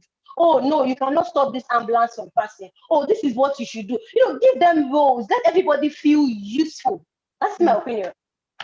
All right, thank you so much. And you were right about even people in the diaspora. They've done a lot outside the country. And even just today, someone reached out to me that, what's this We Move Naija and how am I going to get involved, because we in the diaspora want to do more. And so it's really important that, people are included along in the process and we just unify and deal with the issues. So that is a great way to jump into the next question, which I have for Chidi, actually. So people are talking about political parties now, about the movement turning into a political party.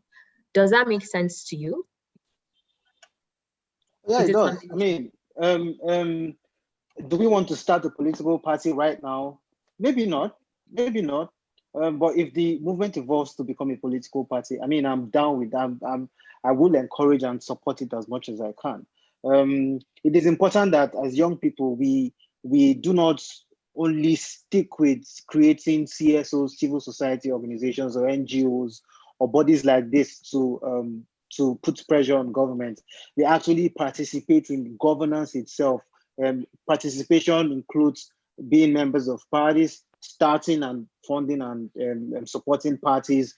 And then when it comes to actually getting your PVCs and voting at the end of the day. We're not just the ones who are just voting whoever is selected for us. We're also part of the people who selected the ones we want at the final polls. So if the movement evolves to a political party, fantastic. It works for me. I like how it is now. I like what it is now. I like the fact that we're trying to unite all the various protest groups, all the various coalitions, all the various people who are part and parcel of making sure that ENDSARS was sustained to the very end. All the people who are now very interested in making sure that Nigeria becomes better for our generation. I like the fact that we're gathering all these people together. Like I said before, we now have a table. We're going to sit on it. And then when we sit on it and the strategy leads us to a point where we're supposed to organize into an actual political party. Fantastic. But for now, the way it is set up, the way it is set up to galvanize people, the way it is set up to awaken that patriotism, that sense of passion, that decision to take back our country from those who want to ruin it, those who have led us since 1960 when the country became independent. This movement as it is very, very, very critical, very, very important. And when the time comes for us to form a political party, yeah, we'll do that, definitely. All right. Thank you very much, everybody. I just want to look at the questions that are coming in and comments that are coming in as well before we see if some of the questions can be answered before this session comes to an end.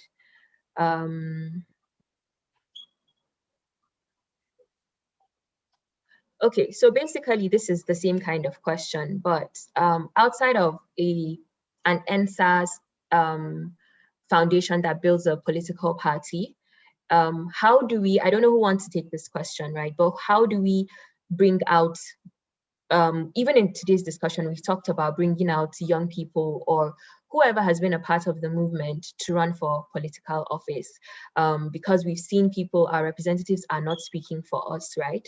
So also, this I want to bring this back to you again, Chidi. Like, is this something that is realistic? Bringing out people from the movement, pushing for them, and raising money for them, and all of that. Do you think we can do that? And like, what are your thoughts on the process?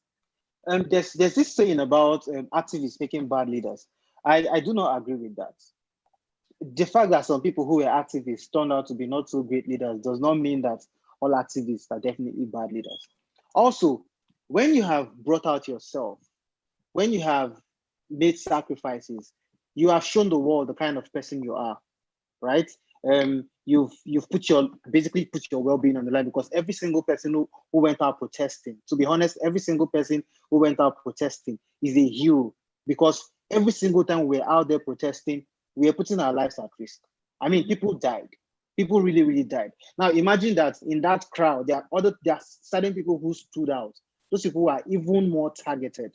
So the fact that they've put themselves on the line means that they have at least something working for them. Then there are some people who are very accountable. Some people who they raise funds, they're giving us details of how money was spent. You know, so these are some of the qualities that leaders should have. So people who are calm under pressure, people who somebody has been arrested somewhere, and then with just a few phone calls, you know, you've sought out the person's release and everything. So everybody who are at the forefront of the protest, all the people who contributed in one way or the other, they've shown certain leadership capacities. So if we're going to choose leaders, if we're going to select leaders, I mean, you select who you know, right? But then at the end of the day, we're going to want to pick the most qualified, or the person who's most ready for the job, person who's most willing and most ready for the job, because it's three different things. The person has to be willing, the person has to be ready, and the person has to be competent. Competence to some extent we've seen, right? Readiness is something else. And then preparedness, willingness is another thing. So if we have people who are putting their foot forward, of course, we're going to support them. And right now, the people we know are the people who are at the forefront of the protest. There's still time to 2023 for us to know other people. So if you feel like you have what it takes to lead, if you feel like you're ready to sacrifice, because right now we're not even doing leadership anymore. Everybody who wants to run for office should have the mindset of a servant. You're not leading us. See, you're serving us. That's the mindset I want everybody to have. But if you have that mindset that you're ready to serve, you're willing to serve, and you want what's best for us, and you're willing to carry us along, please show your workings. Show your workings, right? We know the ones who were key figures in the protest. We can know other people as well. It's not limited to just them. Yeah. All right, thank you. I have another question here. I don't know if Yemi would like to answer this one. It says, what are the concrete steps we can take to make sure that, this is from Gerald Okwere, what are the concrete steps we can take to make sure that we keep this youth movement united across the whole country with one voice, particularly the youth from the north, where there hasn't been as much protesting and engagement as there has been in the south? This will be key for 2023. Thank you. I think one of the things, I'll refer to what Mr. Peterside said about the fact that one size doesn't fit all. So if we're trying to look for one umbrella body or one umbrella organization that everybody fits into, it'll be a tall order and likely wouldn't happen. Chidi mentioned the point about activists and being politicians. Yes, and I think really, if I would phrase it away, it's know yourself. There's a Shakespearean quote that says, "To thine own self be true." So know yourself and stay in your lane. Not everybody can run for office. Not everybody has the temperament for it. Not everybody can get on the streets to protest. There's some people, just by the nature of their jobs, even as much as they support you, either because they're civil servants or they work for some multinational, because of their terms of engagement or their terms of service, they cannot protest. But they can send money. So there'll be people who will be able to do that. So I think take Falz, for example. When Falz was speaking, he has said that one of the things he wants to give his time and his resources to is breaking down the Constitution. Because his videos go viral, people understand it, he says it in a funny way, and people are educated. Now, do we want Falz to be doing that, or we want Falz to be saying, vote for me, and be campaigning? I dare say, I think he would add more value to this whole movement as an educator for people across different socioeconomic strata can listen to. So from those at the lower end to those who are educated, those who have access, can listen to what he's saying about the Constitution, about the laws of that land, and take in what it is for them. So I would hesitate to say that, actually not hesitate, I would say very clearly, to be honest, that I don't think that we should aim for, and when I say we, I mean as Nigerians, or let me say maybe young people, that young people should aim for one leader, quote unquote. Leadership is influence. So you can influence things in very different ways. And again, for Falz's example, but people to own their office and own their space and align with people that have shared values and a shared vision. So for those who think that the route to change is to do work at the local government level, then as Rinu was saying, let there be maybe a way that the young people can group themselves into different cells of what we're working on. So this is what lawyers are doing. There was a network of almost 1,000 lawyers working to bail people out. That's a way to be useful. Mm-hmm. So some might decide they want to do local government level work. Some might decide they want to run for office. Some might decide that they want to work on education. Because and if you think of governance as both demand and supply, the supply of governance are those in office. Those are the ones who run for office and who are in positions. And the demand of it are citizens who hold them accountable. So there will always be space for citizens who are engaging and who are asking questions, keeping leaders accountable. But all of us can have shared values, have a shared vision for a better Nigeria, but operate in different ways to achieve that. All right, thank you, Yemi. Okay, so I think just looking at the questions, and I feel like we've actually addressed a lot of what people are asking or speaking about. Just to share people's comments, Bukola Michael Nelson says, we cannot force leadership on people. Not everyone can be an elected political leader. The demands and sacrifice is much and the stress is high. Those who want to be elected will seek support by themselves. If they come up, we still vet them. Somebody said, Ruth Tilly Giado says, we shouldn't expend energy on what is past. They have just about years to go. Let's move forward and strategize on how to educate voters and ensure that they vote right and create structures that work. Okay, so thank you so much, everybody, for your comments, your questions, your suggestions, and our discussion about leadership, for the movement going forward. I think for a lot of people going forward, it seems like people would like to have a voice that speaks, however, not in a way that, the leadership is concentrated one way. I think we want to model a democratic kind of leadership and a democratic kind of way that will approach it. So thank you everybody for joining this discussion. Thank you to the amazing panelists and everybody that joined. Thank you very much, Miriam, for that very insightful conversation there. So much has been said, and I think a lot of my questions have also been answered. I hope for a lot of people who have joined in on the conversation, a lot of the questions have also been answered. Thank you very much to all the panelists for speaking their truth and also speaking the minds of a lot of people about what the way forward will be. We still have a more powerful panel coming up with SK Abudu, Samson Itodo, MI Fakriya Hashim. But before that, we're going to take another very quick musical break. And this is an artist who has always spoken up when it mattered. He was very passionate as well, or has been very passionate as well with the ENDSARS movement. But before that, he's been involved in so many causes and has never been afraid to speak up when it matters. And he's also amazingly talented, probably one of our the best male vocalists to have in the country today. So please welcome with this amazing performance of Cry, Simi Nakolo.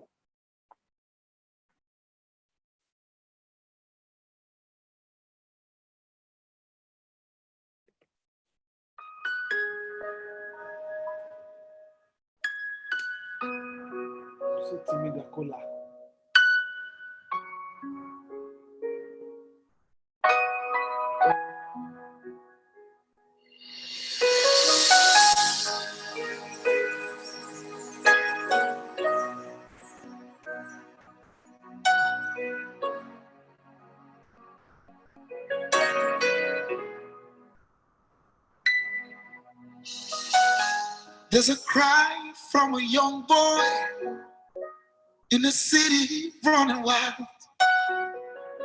There's a cry from a mother who just lost another child. There's a cry from a people who have nothing more to lose. Everything that we live for has been wasted and abused. There's a cry from a river that has nowhere to flow, and the pride of this river was lost so long ago. And I cry for a reason that I can tell why.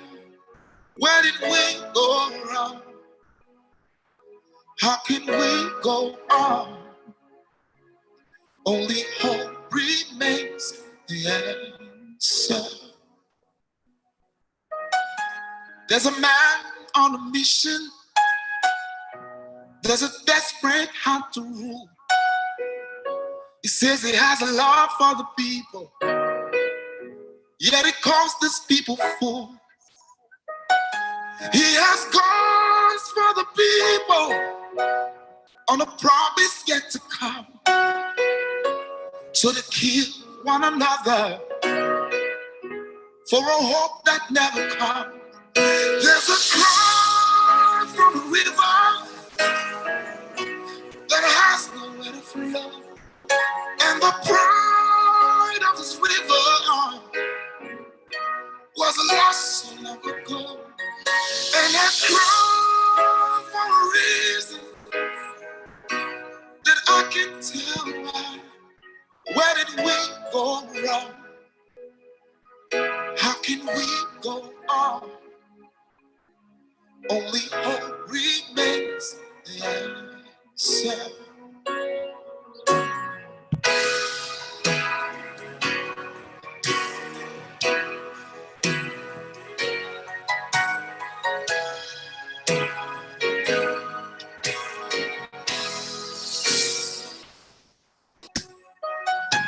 There are so many questions.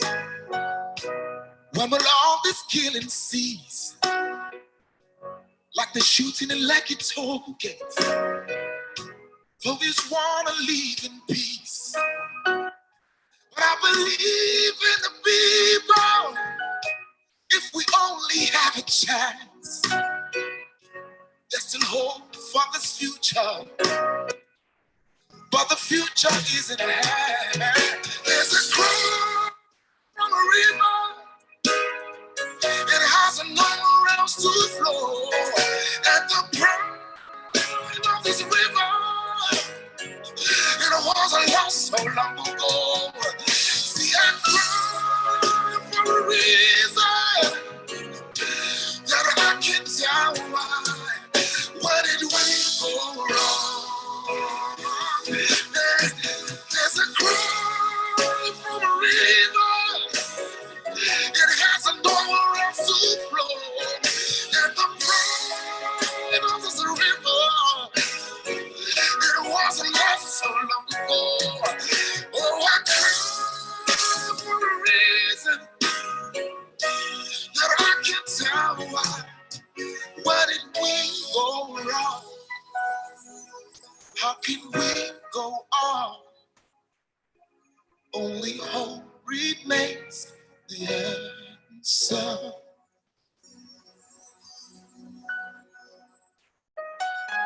There's a cry from a young boy in the city running wild. There's a cry from a mother. She just lost the only child.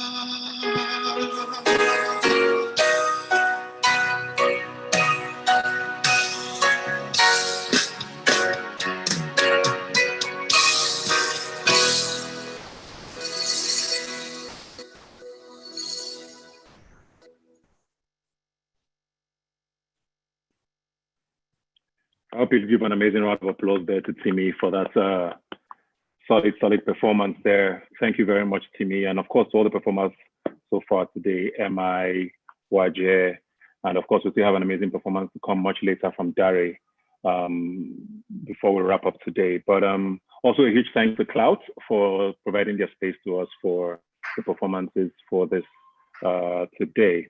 Also, one more thing I need to mention, this is just the first conversation from We Move. This is not a Lagos issue. So it's going to be moving across Nigeria, across states, local governments. This conversation is continuing. This is just the start. And so many other states are going to be having a feel of what this should be. Because like I said at the start of this, ENDSARS is not just about Twitter. It's not just about being on the street. It's an ongoing conversation. And we hope and plan to sustain it going forward. It's time for our next panel.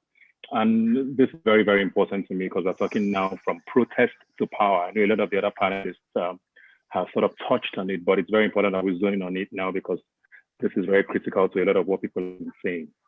How do we translate what we started, what we've done? Can I have a latte? To becoming more strategic and give us more power, basically. And it's very important that we have this conversation. I know we have panelists here who are going to be able to do justice to a lot of what we're going to speak here today. First off, we have someone who's an entrepreneur working to turn recycled plastic into luggage. She's a huge lover of wine and coffee and is very, very active on Twitter with agendas. And of course, is also very active with very spirited conversations. She's when she's not on Twitter or heavily supporting the ENDSARS protest, she can be found on her podcast. I said what I said with Jolaya. So our first panelist is FK Abudu. You're very welcome. Next up, we have Samson Itodo, who is Executive Director of Yaga Africa, a community of change makers focused on building sustainable democracies in Africa. Samson is the convener of the Not Too Young to Run movement that led to the successful advocacy for reduction of age limits for public office in Nigeria. We also have, of course, Maya Baga, who's beyond anything else we know is an amazingly talented artist, who's also very intelligent. If you don't know that, you probably have to find that out as we have this conversation today. He's a recording hip hop artist and a producer and a huge supporter of so many causes, huge part of the Enough is Enough Nigeria movement, which kicked off sometime in 2010. And last but definitely not least is Fakriya Hashim, is a social and community development advocate in Nigeria. She's been featured on multiple media platforms in Nigeria and across the world. She has worked with multiple NGOs such as girl child concerns, the conflict within Borno State on multiple SDGs. She pioneered the exploding conversation. This has caught a lot of people's eyes on social media, the hashtag #ArewaMeToo, which drew inspiration from the global Me Too movement. So thank you very much and welcome to all our panelists. Let me start with you now, Feyikemi FK Abudu. This is a very, very critical part of everything we've been doing so far. And I want to start with because of how you sort of evolved this protest into what it became. You and the Feminist Co took charge of so much when nobody figured out how this was going to work, how things are going to be run. You provided food, you provided Medicare, you provided lawyers, things that people thought were impossible in Nigeria sort of became available in minutes and hours, and we've talked about leaderlessness of the movement so far. Seeing that you were able to factor out, a lot of these things real time when it mattered most. What are your thoughts on transitioning from this now to actually holding power or getting into power or holding those in power accountable? How do we start this transition? Considering how you were able to transition from just being an observer to taking charge of a lot of things. Yes, so can you hear me? Yes, we can. Okay, so I think that what happened actually was, just like you said, we were observing what was going on. We were watching, the first protests and all that happen. And then what actually happened was I saw that Rinu and Co, they were sleeping over in front of the State House in Alausa. And I thought to myself, in my life, I've never seen us take up anything so seriously to the point where people are ready to sleep outside the State House Assembly. And I was up at night, as normal, and I was watching what was happening. I saw that police was surrounding them, and I was already interested, obviously, in everything that was happening. And it just started from, I saw a girl saying she wanted to do breakfast. And I said, you know what, we have a platform. I have a platform. I've raised money before for a little girl that was raped, and we can raise it. It's a bit of money. We can raise it to just have breakfast for them. And I kid you not, 16 minutes went past. I needed 100K for the breakfast. 16 minutes went past, we had 500K. We were begging people that it's okay. There's not enough people to eat this food. And the money just kept coming. And the truth is, sometimes you don't always have to say, okay, I'm standing up and I'm choosing responsibility. Other times what happens is a space opens up and you think, okay, I can do a little bit. And then when you get there, you see that there's a little bit more and there's a little bit more. And so for 500K, you are now handling 30, 40 million and, you're organizing around it. The second thing that then happened is, okay, we started with food, and then we realized people needed to be let out of prison. People needed ambulances, people needed security. And all it really was saying, okay, we're doing this. Someone will message me and say, I can help with ambulance, I can help with security. Before you knew it, we had 60 volunteers in the back end.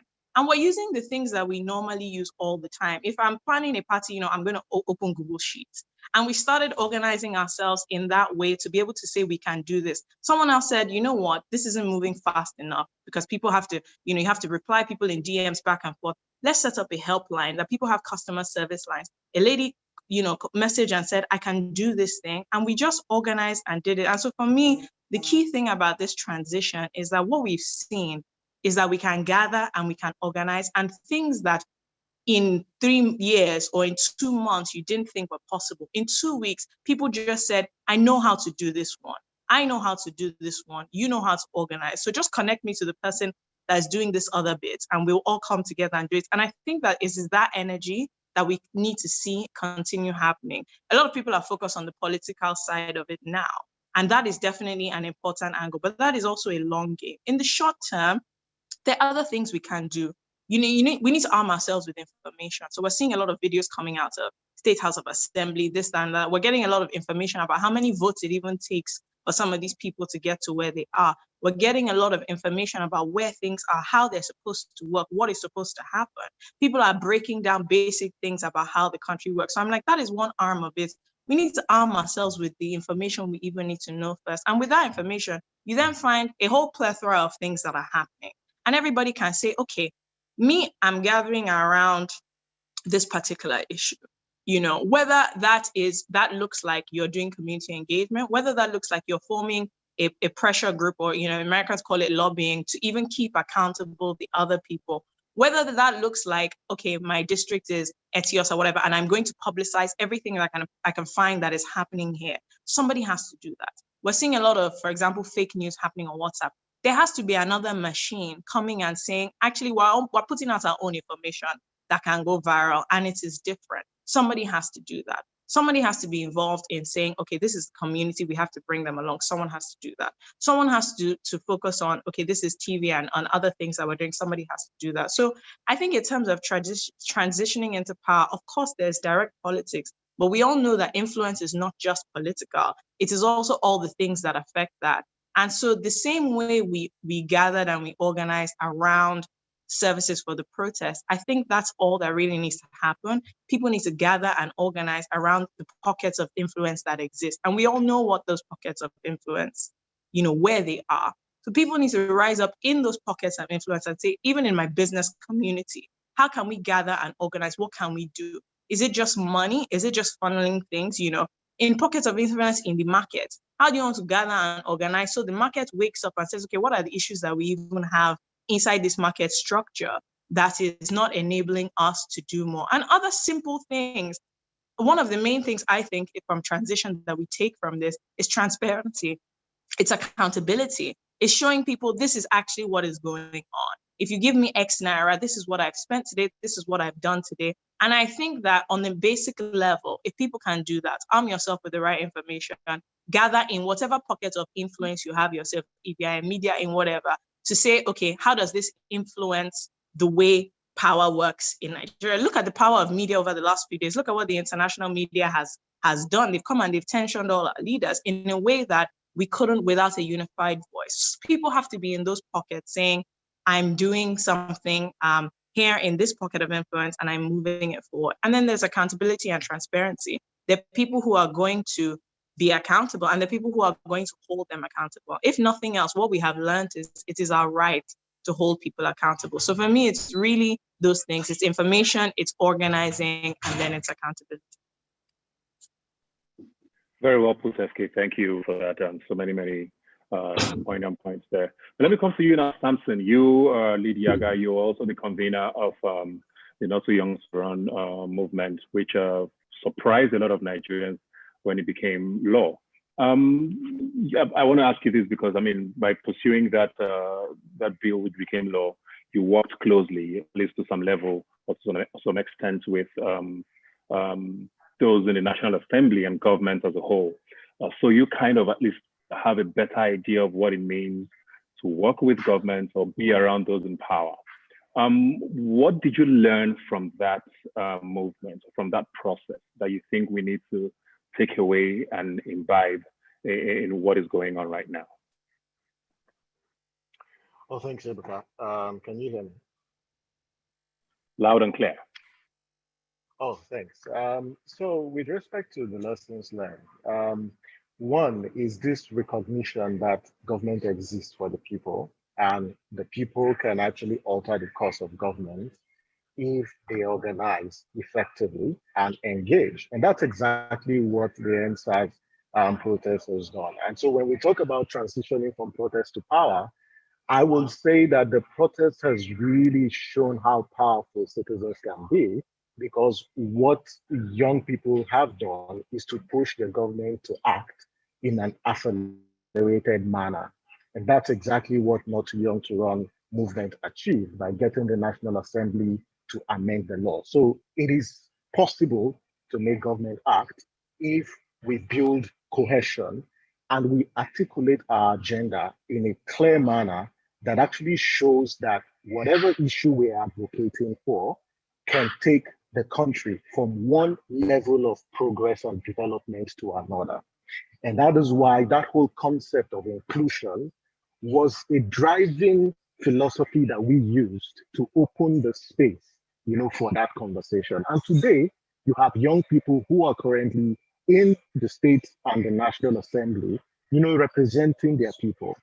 But Ebuka, I've heard discussions over the last couple of hours and a lot about building citizens' power, and we can't overestimate the need, for citizens to assert their sovereignty and their power, because those who are in leadership positions today are our employees, and so we need to constantly engage them. But if you look at the protest and the aftermath, a lot of young people have started conversations about a youth party. I'm just going to emphasize 3 points. A lot has been said over the last couple of hours again on citizens' power, but let's look at political power, maybe running for office. I think for those who are advocating for a youth party and political formations, it is important to note that youth is an identity, it is not an ideology. And so you can't base your political party based on a youth identity. You might want to create that identity, but that is not what Nigeria needs. Nigeria needs political parties, that uphold the principles of internal democracy. If your party, whether you call it a youth party or whatever name we call it, is a party that simply represents young people, I'm telling you, you may not get the necessary steam and the support that you need. We have to be very, very clear about what we're going to use political power to do. And that is why for these new parties that I imagine, it is important that the ideology that should drive these parties should be about aggregating social interest and getting people who have capacity, who have content, who have character into office. And that clarity needs to be guaranteed even from establishing whatever political party that's going to emerge. The second point is we have to be clear about what we want to use political power to do. We've got lots of people in office today who are not clear about what they want to use power to do. Instead, they only see politics, as an opportunity to do what? To acquire wealth. If young people are going to secure political power by running for office, if that power will not be used to do 3 things, if it's not going to take people out of poverty, if it's not going to secure us as the people, if it is not going to foster justice, then this whole effort about leadership transition and getting young people into power will be a waste of time. The second point, and as someone re-echoed, that even the fact that you have young people in office in 2023 will not guarantee good governance. That is not enough. And so as we talk about transition, as we talk about moving forward, there's a lot of articulation on what should be our focus moving forward. And I think that for those who are, interested in running for office, there's a lot of support there for you. There are lots of groups, who are building platforms for educating young people to run for office. I think that's very, very important. The third and the last point is, with respect to where do we move from here, it's about electoral reforms. We need electoral reforms. FK just talked about volunteerism. In 2019, there were over 34% youth candidacy. A lot of these young people who wanted to run couldn't recruit volunteers to even watch the votes at elections. And those young people were rigged out. And so this spirit of volunteerism that we have demonstrated during this protest, can we, translate this or transfer this into the 2023 elections and support young people who put themselves forward and want to run for office, provided those young people have the capacity, they have the character, and they have the competence, because we don't want young people who will be a reflection of the kind of old people who are expired that we want to retire out of public office. Voter registration will commence in the next couple of months. INEC says over the first quarter of next month. I think that this story of voter turnout that we have in the country today needs to be reversed. Ebuka, in 2019, there was only 34% turnout of voters at elections. In the governorship elections, you had only 32%. It is shameful. And I think that we've got an opportunity in 2023 to ensure that, the youth turnout for elections shoots to about 60 or 70%. And we can do it. The ENDSARS has shown what is possible, and it is. That should be our goal for 2023. Very well said, Samson. And something you said there that I'm going to throw to our next panelist is about sort of the capability of whoever is going in there, the competence and all of that. So I'm going to come to you now, and I want to talk about trust. Something that we've seen, especially with the ENDSARS movement, has been, sort of a belief that, certain celebrities or influencers have tried to use this as a means to an end. There's this sort of trust deficit. I don't know why, from a lot of people who have been a part of this movement. Oh, don't come and try and hijack this and make it your thing. Which also led to a lot of people being worried about taking up positions, whether in judicial panels of inquiry or whatever it is, because they didn't want to be seen to want to gain from this. So how do we then find these people who are going to go into power or start the process of going into power without being seen as being suspicious? How do we start to change that perception? And how, you have always been vocal about causes, but you are also very famous and known for your art form. How have you been able to merge these two and still stay consistent with both? And how do we start to have that conversation? Like I said, not just with celebrities, the people who have, become sort of known for being very vocal about the ENDSARS movement and might be seen to want to gain from this. Is that the right way to look at it? And how do we start tackling that? Yeah, that's a great question. It's almost like we're trying to communicate as a generation, we're trying to communicate new values. And because a lot of people are speaking at the same time, it's easy to misread what the young people are trying to say. And I think what the young people are trying to say when they hold even like celebrities accountable, when they talk to us and they say, we don't want you to speak on our behalf on this thing, what they're saying is that we've seen this play before. We've seen it happen in a way where somebody comes in and goes and negotiates on our behalf and sells the group out. And I think that if there's anything that's clear to anybody that is a young person that's in a position of power, is that the young people of Nigeria today expect you to carry yourself with credibility and integrity, and that they're not going to close their eyes. They're not gonna stop paying attention. And I think that that's a beautiful thing. Eventually, out of all these conversations, I think that we have to support people. We have to select people to be in governance. I'll tell you, one time I was on a plane with the governor of Taraba at the time, and the pilot was my friend, so he called me to go and meet the guy. And I remember shaking him, and they're taking up the business class, him and his aides. And I remember looking at all the aides, and I just said, there's no hope. They were all men, obviously, in Nigeria, and all from a generation that didn't know anything about anything. I don't think any of those guys at that time, it wasn't this present governor, but at that time, any of them knew, what Twitter was or Facebook or whatever. Just elementary knowledge of where the world was headed towards. So eventually we are going to have our people that have young ideas. We're going to have FK in office, and we're going to have to trust her. But I think that right now, the message that we're saying and we're resonating is that whoever is going to represent us, I think that that's what I hear, is we are going to hold you accountable. We are not going to close our eyes. We're not going to trust you blindly.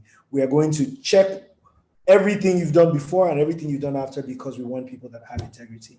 And I think that that's a beautiful thing. I think that conversations like this will help us deepen the context of our conversation. So we just started with a hashtag ENDSARS. And then under it, there's a little bit of context. There will be no leaders. And under it, there's a little bit of context. Actually what we want is better governance for all of Nigeria. And the more we talk, the conversation will deepen and deepen and deepen to a point where, it becomes commonplace for young Nigerians to tell you what their ideology or their vision for a new Nigeria is. And I believe that ENDSARS is, I wouldn't want to say the starting place, because there have been many movements that have contributed, but is a pivotal step in this journey, a pivotal milestone in this journey to creating a new ideology of a new Nigeria for all of us. Thank you very much, MI. Let me come to you now, Fakria. There's two things that have come up in conversations today. One very recurring with other panels was about the question of the North being included in this.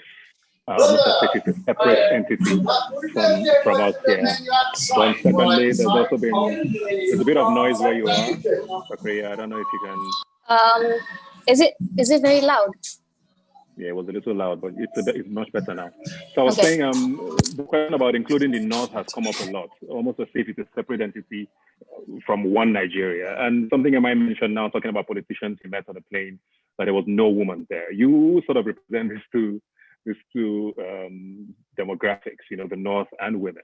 I want to talk about the question of inclusiveness and inclusion and talking about power going forward, because one thing we've learned from all of this is that nobody can do it alone. The reason why this has been as successful as it has been is because of the fact that everybody played a role in this. Is this question of inclusion something that should be a separate conversation or should be had going along with this, and how do we start that conversation? Thank you so much for having me. I do apologize for the noise. I am in a cafe. But the question about the North's involvement in all of this is a very critical one. I would start by, questioning, the government's perception of the ENDSARS protests, because that's where it started, and especially for Northerners, it was that the ENDSARS, what the government peddled was that the ENDSARS was a movement spearheaded by Southerners, and it is something that has been politicized. So, the government saw ENDSARS as a threat. And like I say, having the president of Nigeria from the North serves the worst interests of Northerners, because as long as we have a Northern president, that any demand for accountability from the government is perceived from the North as an attack on the president, who is a Northerner, hence being an attack on the North. And this is particularly the perception from the majority of the North, because this cut across not just political entities, but also religious entities. Even though there were voices that were calling this the ENDSARS for what it is, a demand from citizens for accountability, there was a majority of religious leaders and politicians that have made a habit of worshiping Buhari as a messiah, to perceive this as an attack on themselves, right? So this in itself divides the Northern cause from the Southern cause. And one of my initial observation around the ENDSARS protest was that even though there's a lot of police brutality, and especially by the SARS too in Northern Nigeria, what happens is that, and this is very much culturally induced, when there's incident of police brutality, families say that they're going to leave it to God. God is going to give them justice. And this is something that is very much akin to the culture and the religious culture of the North, waiting for God to give us justice. And this is what happens in so many cases. That's why we don't hear as many stories about police brutality in the North as we do in the South, right, where there is more demand for justice and accountability. And the second issue is about contextualizing the security threats in different regions. One of the as we see in places like Lagos and surrounding states, the one of the biggest threats is police brutality. That's one of the biggest threats to the population. And when you contextualize and assess what the biggest threats to security is in the North, it is not necessarily police brutality. So what I had hoped, in the initial phase of the protest, was to find balance in the call for security, to find balance between what is plaguing the North and what is plaguing the South, and have a common voice of demanding demanding better deployment of security instruments to safeguard the lives and welfare of people. But before that could happen, there's been this hijack, right? At first, we saw, it was only in some northern states that we saw ProSAR's protests where, northern governors were calling for SARS to be deployed to, for example, Borno. And, that shows you, a very removed understanding of just what kind of threats SARS poses to society, right? Because as the governor of Borno, Zulum, called for SARS to be transferred, and earlier Bulama Bukarti made a point about what led to the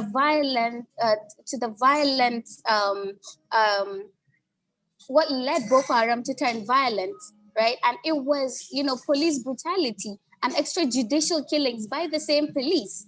So, this is something that happened 10 years ago. And, to have a governor call for, these same notorious security outfit to be transferred to the North, it shows you how, as much as, you would you would say that, okay, maybe these governors, these politicians have an understanding of what's going on, but they really, really are very limited in their ability to understand how some of the policies they call for, some of the things they ask, would actually reflect poorly on their society. Because if you take a SARS officer and you take him, someone that's been killing in Azuku, and you send him to Borno, it is the same thing that is going to happen. And, even beyond that, you have a society in the Borno state that is very broken in every sense, economically, socially. That's a broken society.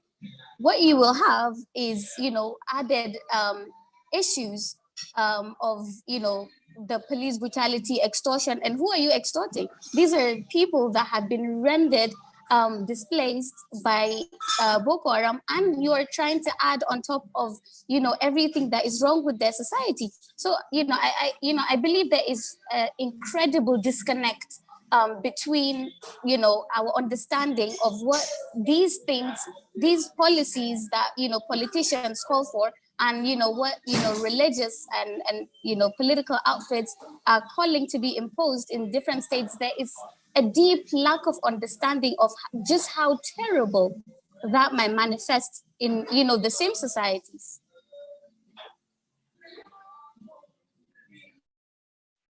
Thank you very much, Fakria. Pretty insightful there. Thank you for that. We're joined now by another panelist who was supposed to be in an earlier panel, but he's joined us now.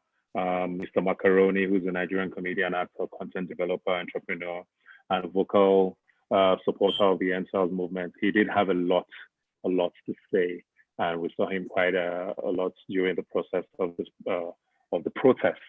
Mr. Macaroni, if you're there, I just want to ask you something that's also come up recently. There's been this talk about two different demographics of young people in Nigeria. Some have called it youth 1 and 2. And there's been talk about the need for both segments of young people to be able to come together and become a force. That disconnect seems, most people didn't realize how big the divide was until what happened across the country started, especially in places like Lagos, where we saw complete mayhem for about 2 to 3 days. How do we start to have that connect across board for young people in Nigeria, regardless of your class? And do you think it's even doable? Thank you very much, Ebuka. It's my honor to be here, to be talking to everyone.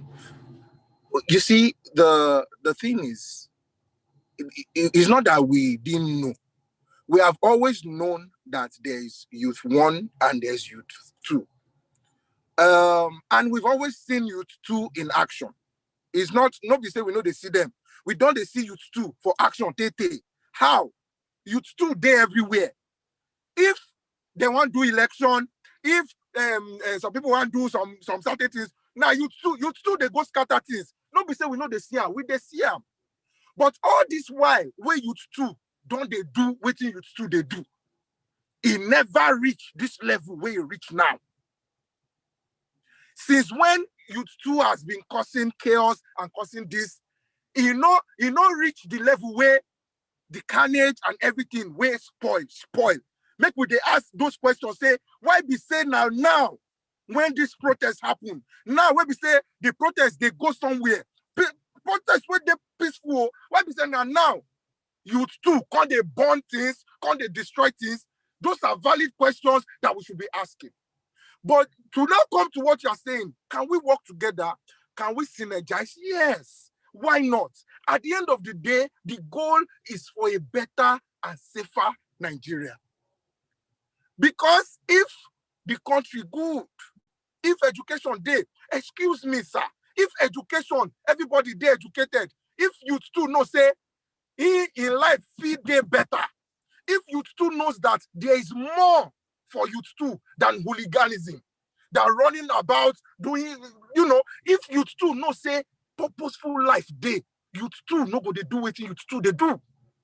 So yes, we can synergize.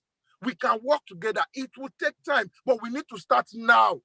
So all those talk of say, maybe we wait for this one. Now we go start. And we don't try do them. Whatever means, I believe, whatever means available to us, we should use it.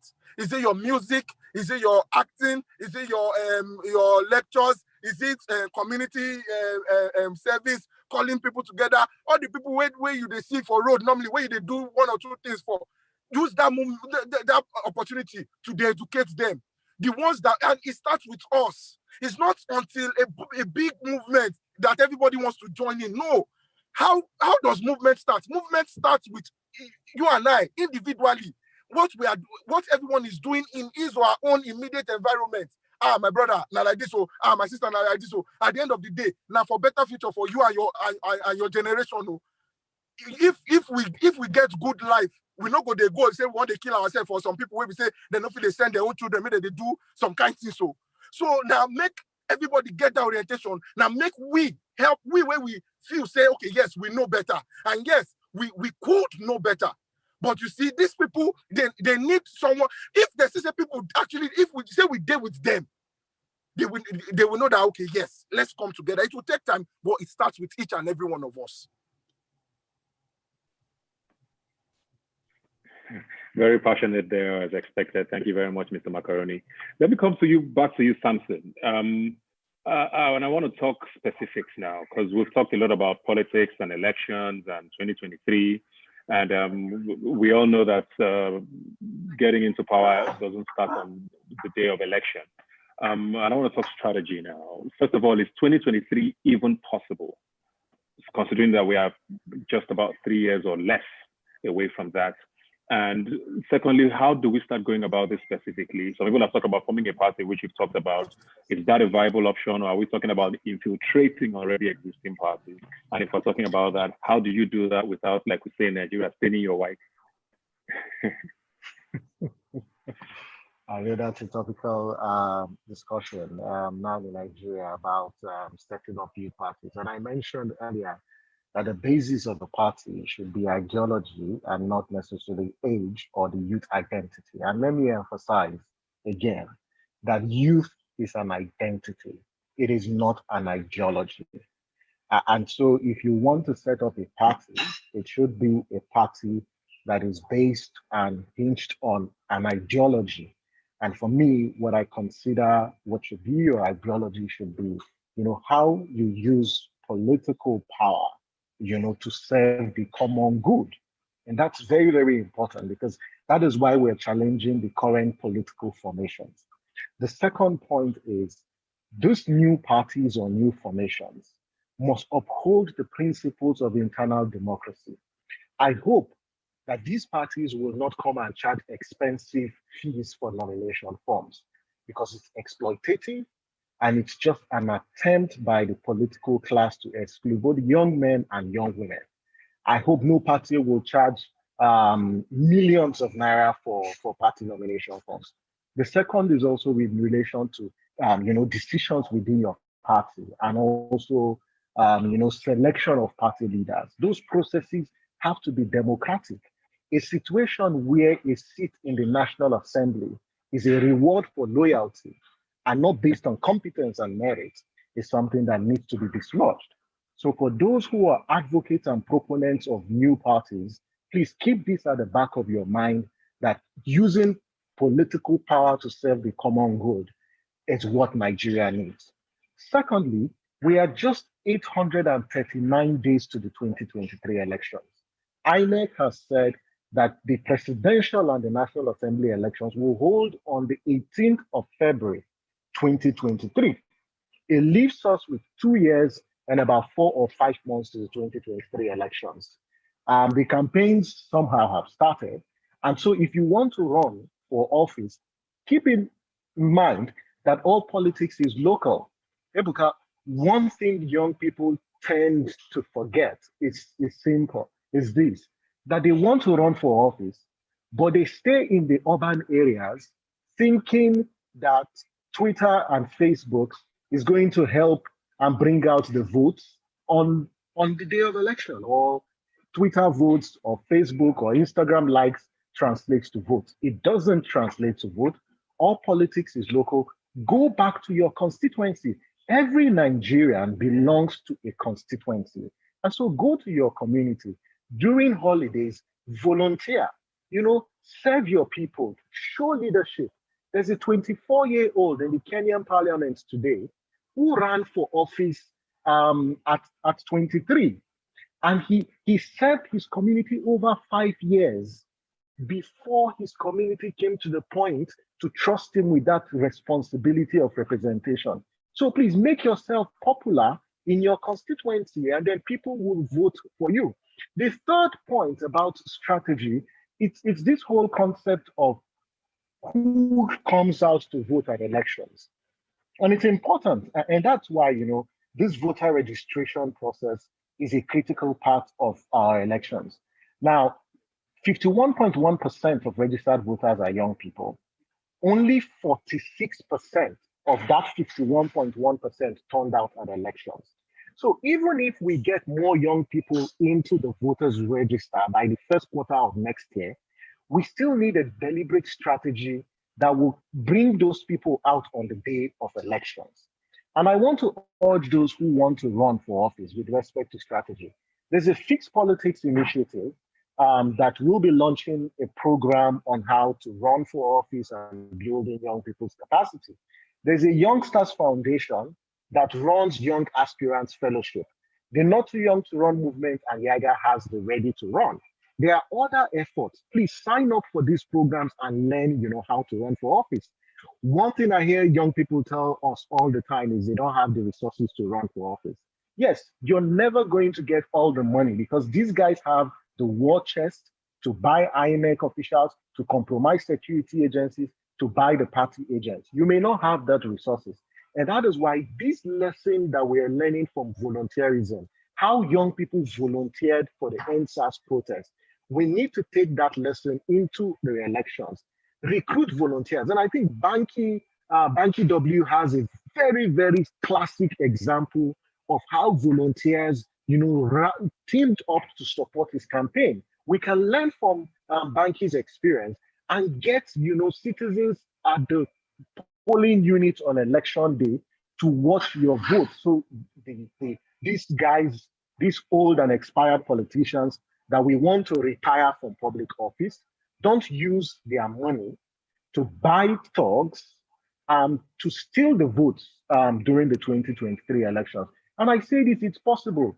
Today you have people who are 28, who are 29, at the State House of Assemblies in public office. So don't think that it is not possible. You don't need to acquire all the money. There are people who will volunteer, who will crowdfund. There's just a lot, but oftentimes mobilizing resources begins from making yourself popular because all politics is local. Thank you very much, Samson. There's a question here that popped up from one of our viewers, and I want to throw it to you, FK. Because we're talking a lot now about, transitioning, and, there's a lot of talk about political parties and going into government and all of that. But Chuks Ekwekwo here says, where are we leaving the issue of the ENDSARS in all of this? Are we losing the fight there to focus on something else? How do we sustain the conversation with ENDSARS while still talking about moving forward? We can't leave the conversation. You're still seeing videos of people being harassed on the streets.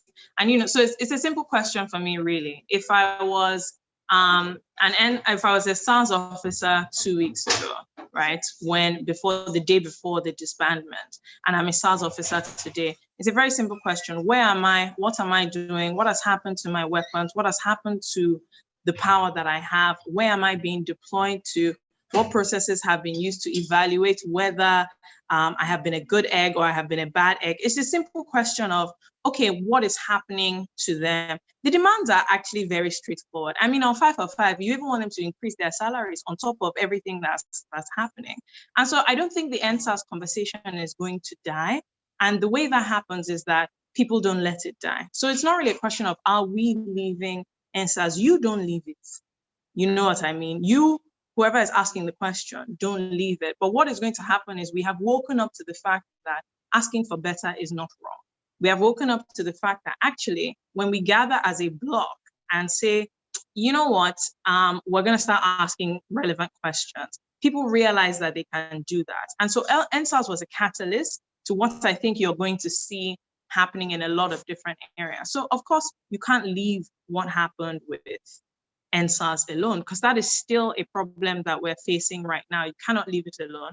But what is going to happen is people are also going to pick up other things. Nigeria is huge. Our problems are many, and many different people are going to have to face that. What you saw with ENDSARS was a focus of everyone's energy on one prevalent problem that affects everyone.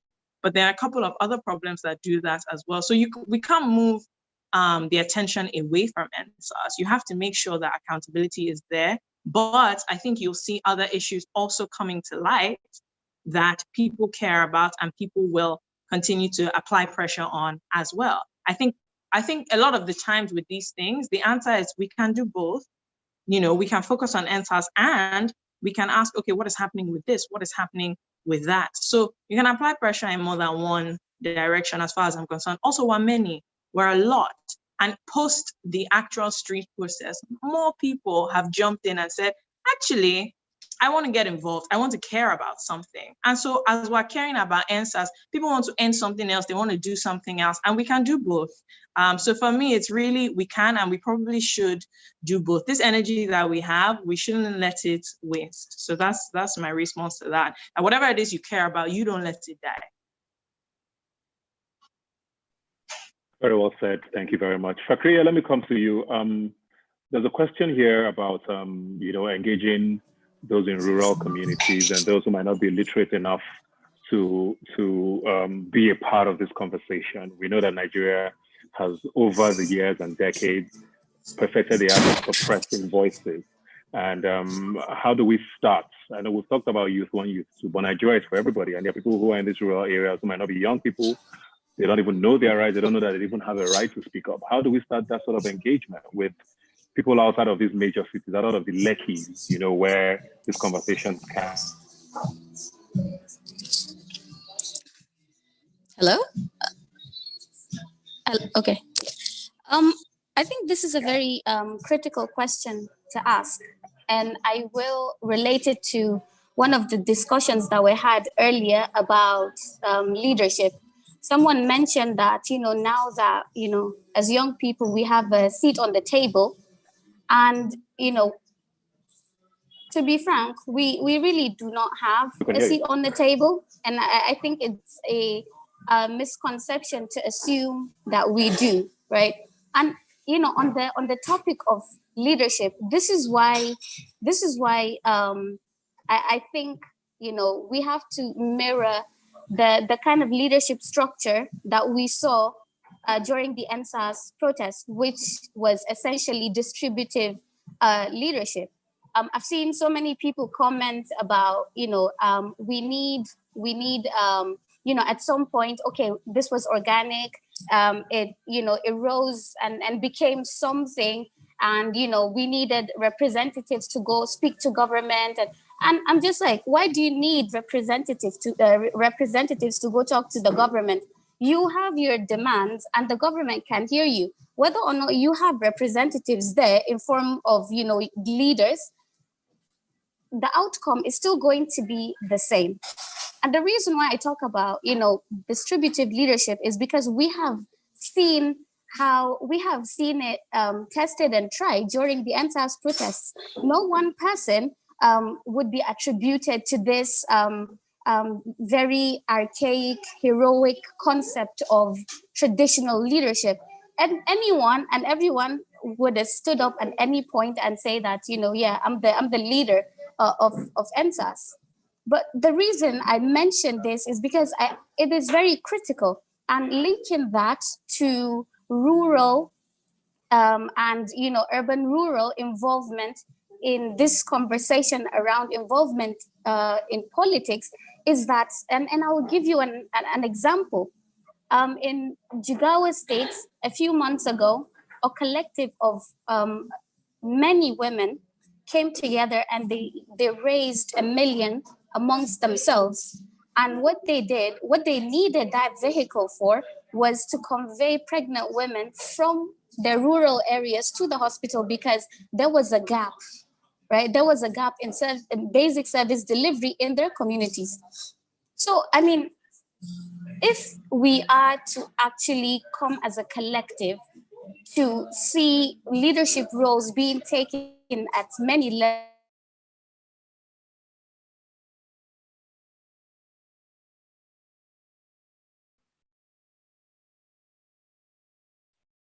looks like we lost Fakria there. We'll come back to her when she gets back on. But let me come to you now, MI. There's a question here from Kenneth Itodo. I know you lived in Jos. You have a Jos history, so you are very familiar with the fault lines that sort of almost divide Nigeria. And Kenneth says, how do we overcome the issue of nepotism and religious sentiment with regards to electing the right persons to offices? We know how religion has fits in so much, and tribalism, and things along those lines have fits into politics here in Nigeria. We've even seen it on social media in the last couple of days, where sort of counter narratives have popped up with regards to who did what to what tribe, and this tribe is responsible for sponsoring this attack and all of that. Tribalism, religion has always been a huge factor. And most people hope and pray that young people will be different. I don't know that we are yet, but like I said, we've seen the narrative also start popping up. And how do we start to have that conversation to avoid it and move as a unit when it comes to transitioning to power? Yeah, that's a good question. And I don't think anybody has a complete answer that would be satisfactory. But from my perspective, I think that first of all, I think our generation is different. I remember when I was growing up, I would hear people say things about, Yoruba people or Igbo people, this is the way they are. I notice now that in my life, that when I meet people, it doesn't matter to me where they're from. I don't even think about it. I don't consider it at all. I've met people that have obvious Yoruba names, and I'm like, oh, where are you from? You look like, you're an Igbo person, or, it doesn't factor into the value of their character that I perceive before I get to know them. And I think that what we have to be very wary of is that the older mindsets, they are very intentional with trying to force us back into their game. So once one young person does something, they'll say, you young people are like that. But the truth that we have seen from the ENDSARS process is that the young people are not like that we are a different generation. We're a generation that without tools, without opportunities, we rose and we created something. We created an entertainment industry that is the crown jewel of entertainment around the world today. We have created a film industry that has conquered globally. We've put footballers, people that were born in poverty. Victor Moses' family was killed in religious riots, and we've put, young people have come and carried the country on their backs in Hollywood. Our generation has done Nigeria proud. And we've done so by not being tribalistic, by working together. So every time I hear that narrative, I'm always trying to remind myself that, look, this is an archaic way of thinking by people that want to see us divided, that want us to keep hating each other and keep attacking each other. The other thing I want to say is that it's then all our role. I love what Mr. Macaroni said, and I don't know if you guys have been following him and watching the, everyone should follow him, but watching the series of skits that he's put out throughout this process. The last one he just put out yesterday was about, I forget, it was about, I think, fake news, but it's just brilliant. And while I was sitting here watching, I was writing down, because the next album that I want to work on, I want it to address, these things that I'm seeing and feeling in this moment. And so the point is that every year we will interact with maybe 100 to 1,000 people, and everybody that's been on this life, I think at our height would have been around 8,000 people, maybe 9,000. We can affect Nigeria just as we showed that we could during the ENDSARS protest. And it's our responsibility to act without a bias to race, without a bias to gender, to sex, without a bias to anything outside of the fact that if somebody deserves an opportunity at life, that they should be treated with dignity, they should be treated with respect, that we do our best to bring each other along. I mean, the problem that's happening, as Ebuka alluded in the North, is one where the easiest way I can say it is that the leaders there are intentionally keeping people poor, And for some of us that are from that area, it's a question that I grapple with. What is something effective that I can do? But at least I can say that for the music I make going forward, it's going to be targeted towards that. It's going to keep spreading this message that we are one, and that we need to lift each other up, and we need to stay united, and we need to forget, that old archaic mindset that clearly doesn't work. I mean, if there's anything I would say, that when you talk to your parents or your leaders, be like, you guys have had enough time to prove to us what your values and the way you see Nigeria, and this is the outcome. Okay, it's time for you to be quiet. It's time for you to sit down now, because what you know cannot get us from where we are to where we need to be. Thank you. Looking forward to the new album. Thank you for that. Mr. Macaroni, there's a question here I want you to help me with. We're talking a lot about 2023 and elections and all of that. And one thing I know a lot of people know, which Samson has also mentioned a lot, is that this is a process. This is a process, and it's going to take a while to get to that point from now or from today. Paris Taylor says, besides the next election, what change can we ask for now? I'm not sure that he's on the line right now.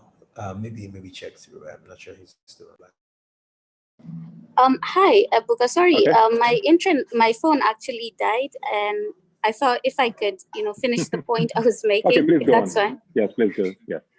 So yeah, what I was saying with that example about the Jigawa women that came together and raised $1 million to buy a vehicle, is that these are some of the communities that we can explore, and by we I mean as a collective, as people from part of as people that are closer to that community, or closer to so many communities like this, because just like social media, Twitter, Facebook, and all of that is a community. There are, thousands of, clusters of communities. And what we can do is people that are closest to communities such as those that have sort of, that have, showcased that level of leadership, is that we can be able to bring them at the, to empower or guide or support them in a way that they go beyond just buying a vehicle and conveying, pregnant women to hospitals, to understanding that, this is, a responsibility of the political leadership. So if you're, doing this, then why don't you go, a level up and explore some of this? And this is why distributive leadership is very critical, because people at decentralized posts are capable of exploring and finding such communities that exist and, power polls of these communities, individuals that have, taken the mantle of leadership in one sense or the other, to be able to, go a step further, with the support of, what the collective can actually offer them. Thank you.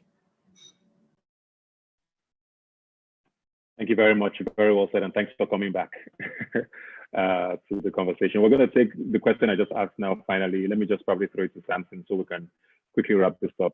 Samson Itodo, he says, like I said, besides the next election, what change can we start to ask for now?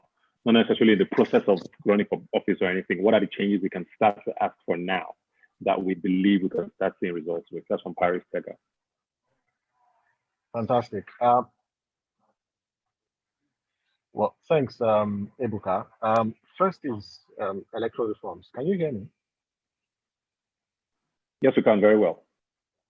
Okay, so it's electoral reforms. The National Assembly is considering amendments to the Electoral Act. There are three core priority issues that citizens should push for, and there's a shineyoureye.org platform where citizens can get contact details of their elected representatives to push that the National Assembly concludes electoral reforms by December. So we don't encounter what we experienced before the 2019 elections, where the president declined assent. And what should be in the electoral amendment? One, is electronic voting and electronic transmission of results. That's a priority issue that the National Assembly should consider. The second issue is about, the independence of INEC. A lot of Nigerians don't know that, yes, they say INEC has independence, but before the 2019 elections, when was the money for the 2019 election released for INEC? A large chunk of that money was not released for INEC until about December. An election was February. And so that is how the incumbents undermine the capacity of INEC to conduct elections. So we need to create set timelines for funding to be released for INEC to conduct elections. There's also the issue about the independence of INEC, who appoints the INEC chairman and the resident electoral commissioners. That power should be removed from the president and then vested in another body. The Justice Uwais Committee recommended the National Judicial Council, but I doubt if the National Judicial Council should be saddled with that responsibility, given the current reality that appears like the judiciary itself has been captured by the state. There's the issue around, continuous voter registration and also legalizing the results viewing portal, which INEC has run with the Edo and the Ondo election. So these are issues on the electoral amendments. And then diaspora voting should be integrated into our law. It's important that these Nigerians who are outside of the country are Nigerians. They didn't lose their citizenship by being in other countries. So they should have their right to vote should be protected. So that should be part of the reforms. And so we need to call on the National Assembly, conclude electoral reforms by December, so the INEC and then political parties can plan for the 2023 election. And the last point about political parties, please keep in mind that there are only 1,558 elective office at the national level. That's where INEC conducts elections. We all cannot run for office. And so please support those who are running, but let's remain active citizens. And lastly, Ebuka, all politics is local. Thank you very much, Samson. I like the fact that you keep reiterating that point there. All I get from everybody, what everybody has said so far is pressure, pressure, pressure. Keep up the voice, keep up the noise. Thank you very much to Fakria, Kemi, Samson, MI, and of course, Mr. Macaroni. This conversation, like I said, is only just starting. There's so much that we still need to do. We've said it here that a lot of these fights took years. From what Mr. Pedopida said, talking about how the struggle didn't start today, we need to understand that it's not going to be a 2-week process that will suddenly change Nigeria. And I like the fact that everyone here has reiterated the fact that the energy needs to stay up. So thank you very much to all our panelists. We're going to take another very quick musical break now before we round up. And this is someone who's also been a huge supporter of the ENDSARS movement. He's always been very vocal, and he's also very vocally gifted. Please join me as I welcome for the performance of Jah Guide Me, Dare.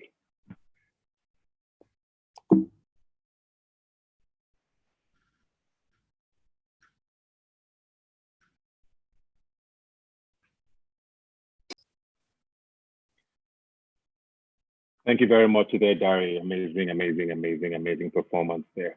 And I just want to quickly thank everybody who's been a part of this organizing and being a part of the entire conversation. Of course, from Waje, who opened this up, to Aisha Yusuf, Mr. Pedro Peterside, Falz, Tolu Adele Balogun, MI, Miriam Laushi, Chidi Kokere, Mr. Macaroni, Akin, or Rinu Duola, Adam Ismail Ahmed, Bulama Bukati, Chioma Chuka, Nelson Olani Tekun, FK Abudu, Samson Itodo, Fakriya Hashim, Dare, Simi Dakolo, and everybody who's just made this possible. And of course, to you all who joined this virtually from wherever you are and on TV. We had about 1,000 questions.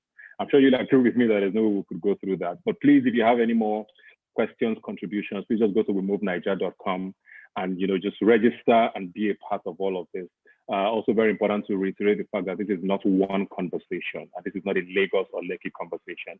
This is a Nigerian conversation. We're going to continue this conversation moving across the states in Nigeria, local governments. Everybody needs to be a part of this. And also, if you want to start something up on your end, please feel free to do so. We have learned that this movement is not anybody's, it's everybody's. And I think it's important that wherever you are, continue to amplify this and make this movement yours wherever you are. Also, of course, a very big thank you to HIT TV for being with us all through today. And of course, Arise News for also taking this to mainstream media and letting all the Nigerians who couldn't join us virtually to be a part of this. Thank you very much to everyone who's tuned in. Thank you very much to everybody who's joined this conversation. And of course, all the organizers and behind the scenes team who have made this possible. We hope that this is just the beginning. And the theme for me from all of this, every conversation here today has been the fact that pressure is important. We must continue to speak up. We cannot stop now. This is just the beginning. 2023 might seem far away, but it's actually very, very close by. So whether it's running for office or infiltrating parties or starting a party or just being a pressure point from your end, do whatever it is you can from your end and continue to make this movement move and have an impact for everybody. We're going to just wrap this up now with a new single that I think was very timely with when it came out and how it has impacted sort of our emotions and how things have turned out. Is a single from Banky W called Talk and Do, featuring Shion Kuti, Timi Dakolo, Waje. Thank you very much to everybody who's tuned in today, and we hope that this is just the start, and please spread the word. Thank you.